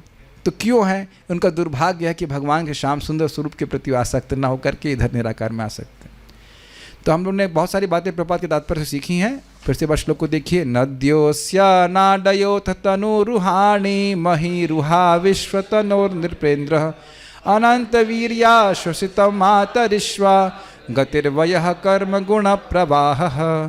नदी इनके नाड़ियाँ हैं, तनुरुहा इनके, महिरुहाणी मतलब महिरुहा, तनुरुहाणी मतलब जो पेड़ हैं, पेड़ आदि, पेड़ ही नहीं, पेड़ और घास आदि जो कुछ भी है वह उनके रोम हैं। इस विश्व तनु यानी विश्व रूप के, नृपेंद्र मतलब राजा परीक्षित महाराज, अनंत वीर्या शुष्टम मातरिश्व की व्याख्या हो रही थी कि अनंत शक्ति से युक्त वायु, यह अनंत शक्ति वाले भगवान की श्वास निश्वास ही वायु है। गतिर्वया, जो काल की गति है वह काल जो है वो उनकी गति अर्थात गमन है। और कर्म गुण प्रवाह, गुणों का जो परंपरा है, गुणों का जो कार्य है वह भगवान के कर्म हैं इस जगत में जो दिखाई पड़ते हैं। तो ये भी एक इंटरेस्टिंग बात है कि अगर कर्म करते हुए किसी को देख रहे हैं तो भगवान के प्रभाव में, गुणों के प्रभाव में ऐसा हो रहा है। I just see there some comments और क्वेश्चंस हियर। आज प्रश्न नहीं है, खुश हो जाइएगा। और क्या है, और क्या है, अधर्म नहीं धर्म। साधन का श्रम कब खत्म होता है प्रभु जी? क्योंकि थकान का अनुभव होता है। ये अच्छा है, गुणों का प्रभाव दिख रहा है यहाँ पर। ये बताइए, चॉकलेट खाना पसंद है, just for the sake of saying, तो चॉकलेट अगर खा रहे हैं, चलिए चॉकलेट छोड़ दी, चॉकलेट हम लोग खाते नहीं, रसगुल्ला मैं दे नहीं रहा हूँ। मान लो कह दिया जाए कि अब ये क्लास के बाद रोज़ आपको रसगुल्ला भी मिलेगा, केवल क्लास ही नहीं मिलेगी, रसगुल्ला भी मिलेगा। चलिए रसगुल्ला भी पसंद नहीं है, अब जो हम आपको बोलने वाले तो ज़रूर पसंद होगा, चाउमीन तो पसंद होगा, नहीं पसंद है? ठीक है, जिनको पसंद नहीं वो मत सुनो, जिसको पसंद है उसके बोल रहा हूँ। तो चाउमीन को भी तो चबाना पड़ता है, तो उसको परिश्रम मानते हैं? तो जिस चीज़ में स्वाद लगता है उस चीज़ में आप परिश्रम होते हुए भी नहीं मानते, है कि नहीं? तो आप साधन को परिश्रम इसलिए मान रहे हो क्योंकि अभी थोड़ा टेस्ट नहीं, लेकिन इस समय भी टेस्ट है। भक्ति छोड़कर देखिए, देखना मत, लेकिन जो व्यक्ति मान लो बीमार पड़ जाए और भक्ति नहीं कर पाए तो फ्रस्ट्रेशन इसी बात का हो कि हम भक्ति नहीं कर पा रहे। तो सुनिए बारंबार, अनर्थ निवृत्ति तक में भी टेस्ट होता है, आप समझ नहीं पा रहे हो टेस्ट है। नहीं तो बताइए क्यों आ रहे हैं क्लास में? पैसे तो नहीं दे रहा कोई व्यक्ति, इज इट नॉट? लेकिन वो प्रकट होता है अनर्थ निवृत्ति क्रॉस करने के बाद। और यहाँ पे भी आप देखते हैं कुछ क्षणों के लिए कभी कभी जप में अगर आप रोज़ करेंगे तो होता है, टेस्ट मिलता ही है। हम आज भक्त को डांट रहे थे, प्रेम से डांट रहे थे। कल बात हो रही थी, कभी कभी मंगल आरती आते हैं तो हम मंगल आरती आप रोज़ जाएं तो कभी कभी आँखों में आंसू आते हैं। तो उन्हें ऐसे ऊंचा किया कि हमें तो कभी नहीं आए, तो देखा आज वो 5 बजे आ रहे हैं। हमने कहा जब पूरी मंगल आरती बिक गई, घूम के जब करे तो भगवान को देखेंगे नहीं तो कैसे आंसू आए? कुछ आएगा? कहेंगे जिस दिन आंसू भगवान बोलेंगे बेटा आज आंसू आएगा उस दिन मैं देखूंगा। खैर नहीं, हाँ मैं खाली बोल रहा हूँ कि ये तो मैं मजाक कर रहा हूँ, खाली बोल रहे हैं कि जब हम नियमित भजन करेंगे तब ना रुचि मिलेगी।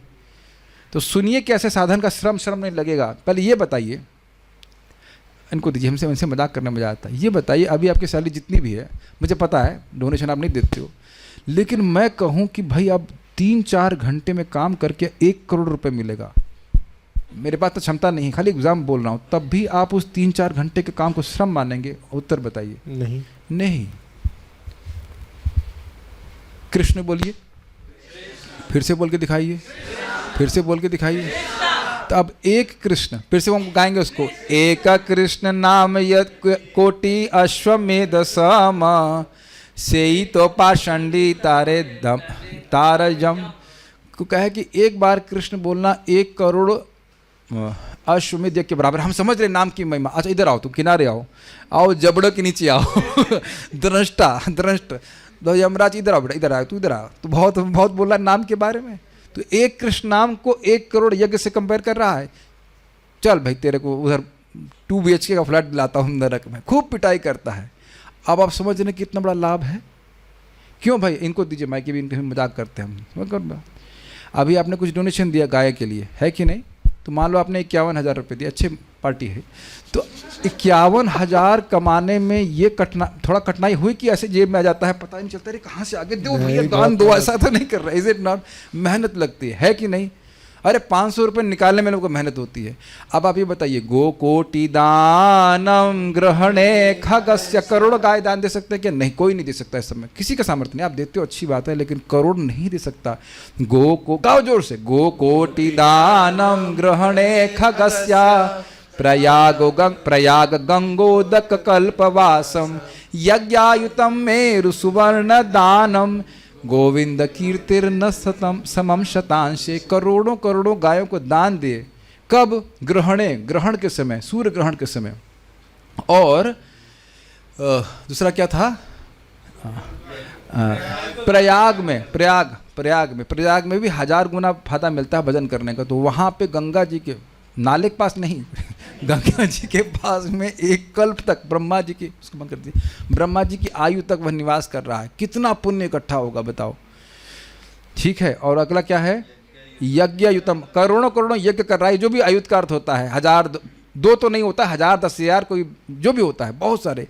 और उसमें मेरु के समान पर्वत प्रमाण स्वर्ण दान दे रहे हैं ब्राह्मणों को। दिया है कभी ब्राह्मणों को? अरे आप क्या बोला जाए, ब्राह्मणों को अचार भी नहीं देते क्या, अचार व्हाटएवर, गेहूं दाल चावल भी नहीं देते हैं, बहुत मुश्किल हो रहा है आजकल, को दे नहीं रहा है, और स्वर्ण देने वाले हैं। तब भी कह रहे हैं गोविंद कीर्तिर न समम शतांशई।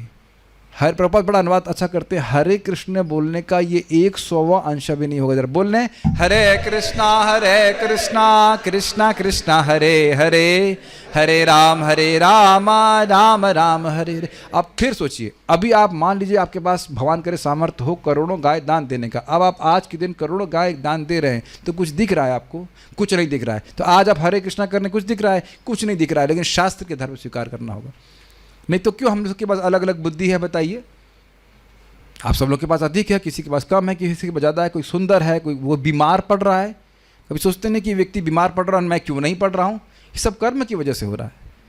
तो अब भी आप इसको मेहनत मान रहे हैं, कम से कम इतनी तो मेहनत करो। ये बताओ भाई कि जीभ हिला के अगर वैकुंठ मिल रहा है तो ये मेहनत है? तो मेहनत कहा जाएगा बताइए? ये सबसे महाराज बड़ा सुंदर बोलते हैं, क अति प्रयास है। भगवान विष्णु को संतुष्ट करने में प्रयास तो है, लेकिन क्या ये अति प्रयास है कि इधर फिर देखिए कैलोरी बर्न करते अपनी। हरे कृष्णा कृष्णा कृष्णा हरे हरे, हरे राम राम राम हरे। हाथ खड़ा करने में तो फिर एक्स्ट्रा खर्च हो जाएगा, वो नहीं करना कि बिना हाथ खड़ा कीजिए। हरे कृष्णा कृष्णा हरे हरे, हरे राम राम राम हरे हरे। हाथ नहीं खड़ा करना, कैलोरी तो बर्च हो जाएगा। अब इतना भी नहीं कर सकोगे तो बताओ कैसे प्राप्त करेंगे? तो इतना तो श्रम करना पड़ेगा। अच्छी बात निकल के आ कि कुछ भी हो, गुस्सा नहीं होने, कल एकादशी है, जितना करें। भगवान महाराज बोल रहे थे थकाना चाहिए जीव को। जब जीव नाम जप करके थक जाएगी तो क्या कहेंगे? कोई मालूम माया का रिप्रेजेंटेटिव, प्रामाणिक प्रतिनिधि माया का आए, परंपरा में कहे कि भाई परंपरा में आपके लिए प्रजल्प लेके आया हूँ, नहीं थक गया हूँ, मैं सोने जा रहा हूँ, ठीक है कि नहीं? I will wake up and again chant Hare Krishna. ठीक है, जब सब कुछ कृष्ण है तो भौतिक कुछ नहीं है। हाँ, भौतिक कुछ है, वो है हमारी दृष्टि, भोग दृष्टि। Did we have control on mode of nature? Can we change them according to our will? Well, you can choose whom to associate with. We can choose. समझ पा रहे हैं कि क्या प्रकृति के गुणों पे हमारा कंट्रोल है? एक्चुअली नहीं है, लेकिन आप स्वेच्छा से गुणों का संग कर सकते हैं। श्रीमद् भागवतम को श्रवण करने से तमोगुण रजोगुण नष्ट होता है। ओके, अपने आप अनुभव करेगा व्यक्ति, और कुछ नहीं है। क्या यमुना जी भी भगवान की नाड़ी हैं? आपको कोई दिक्कत है? यमुना जी और गंगा जी में कोई भेद अब लग रहा प्रथम इसका नहीं सुने? गंगा जी और यमुना जी दोनों ही भगवान अभिन्न हैं। और क्या है? और कुछ नहीं, 10 पैसे में देखा, और कुछ नहीं। ठीक है, सो विल स्टॉप हियर।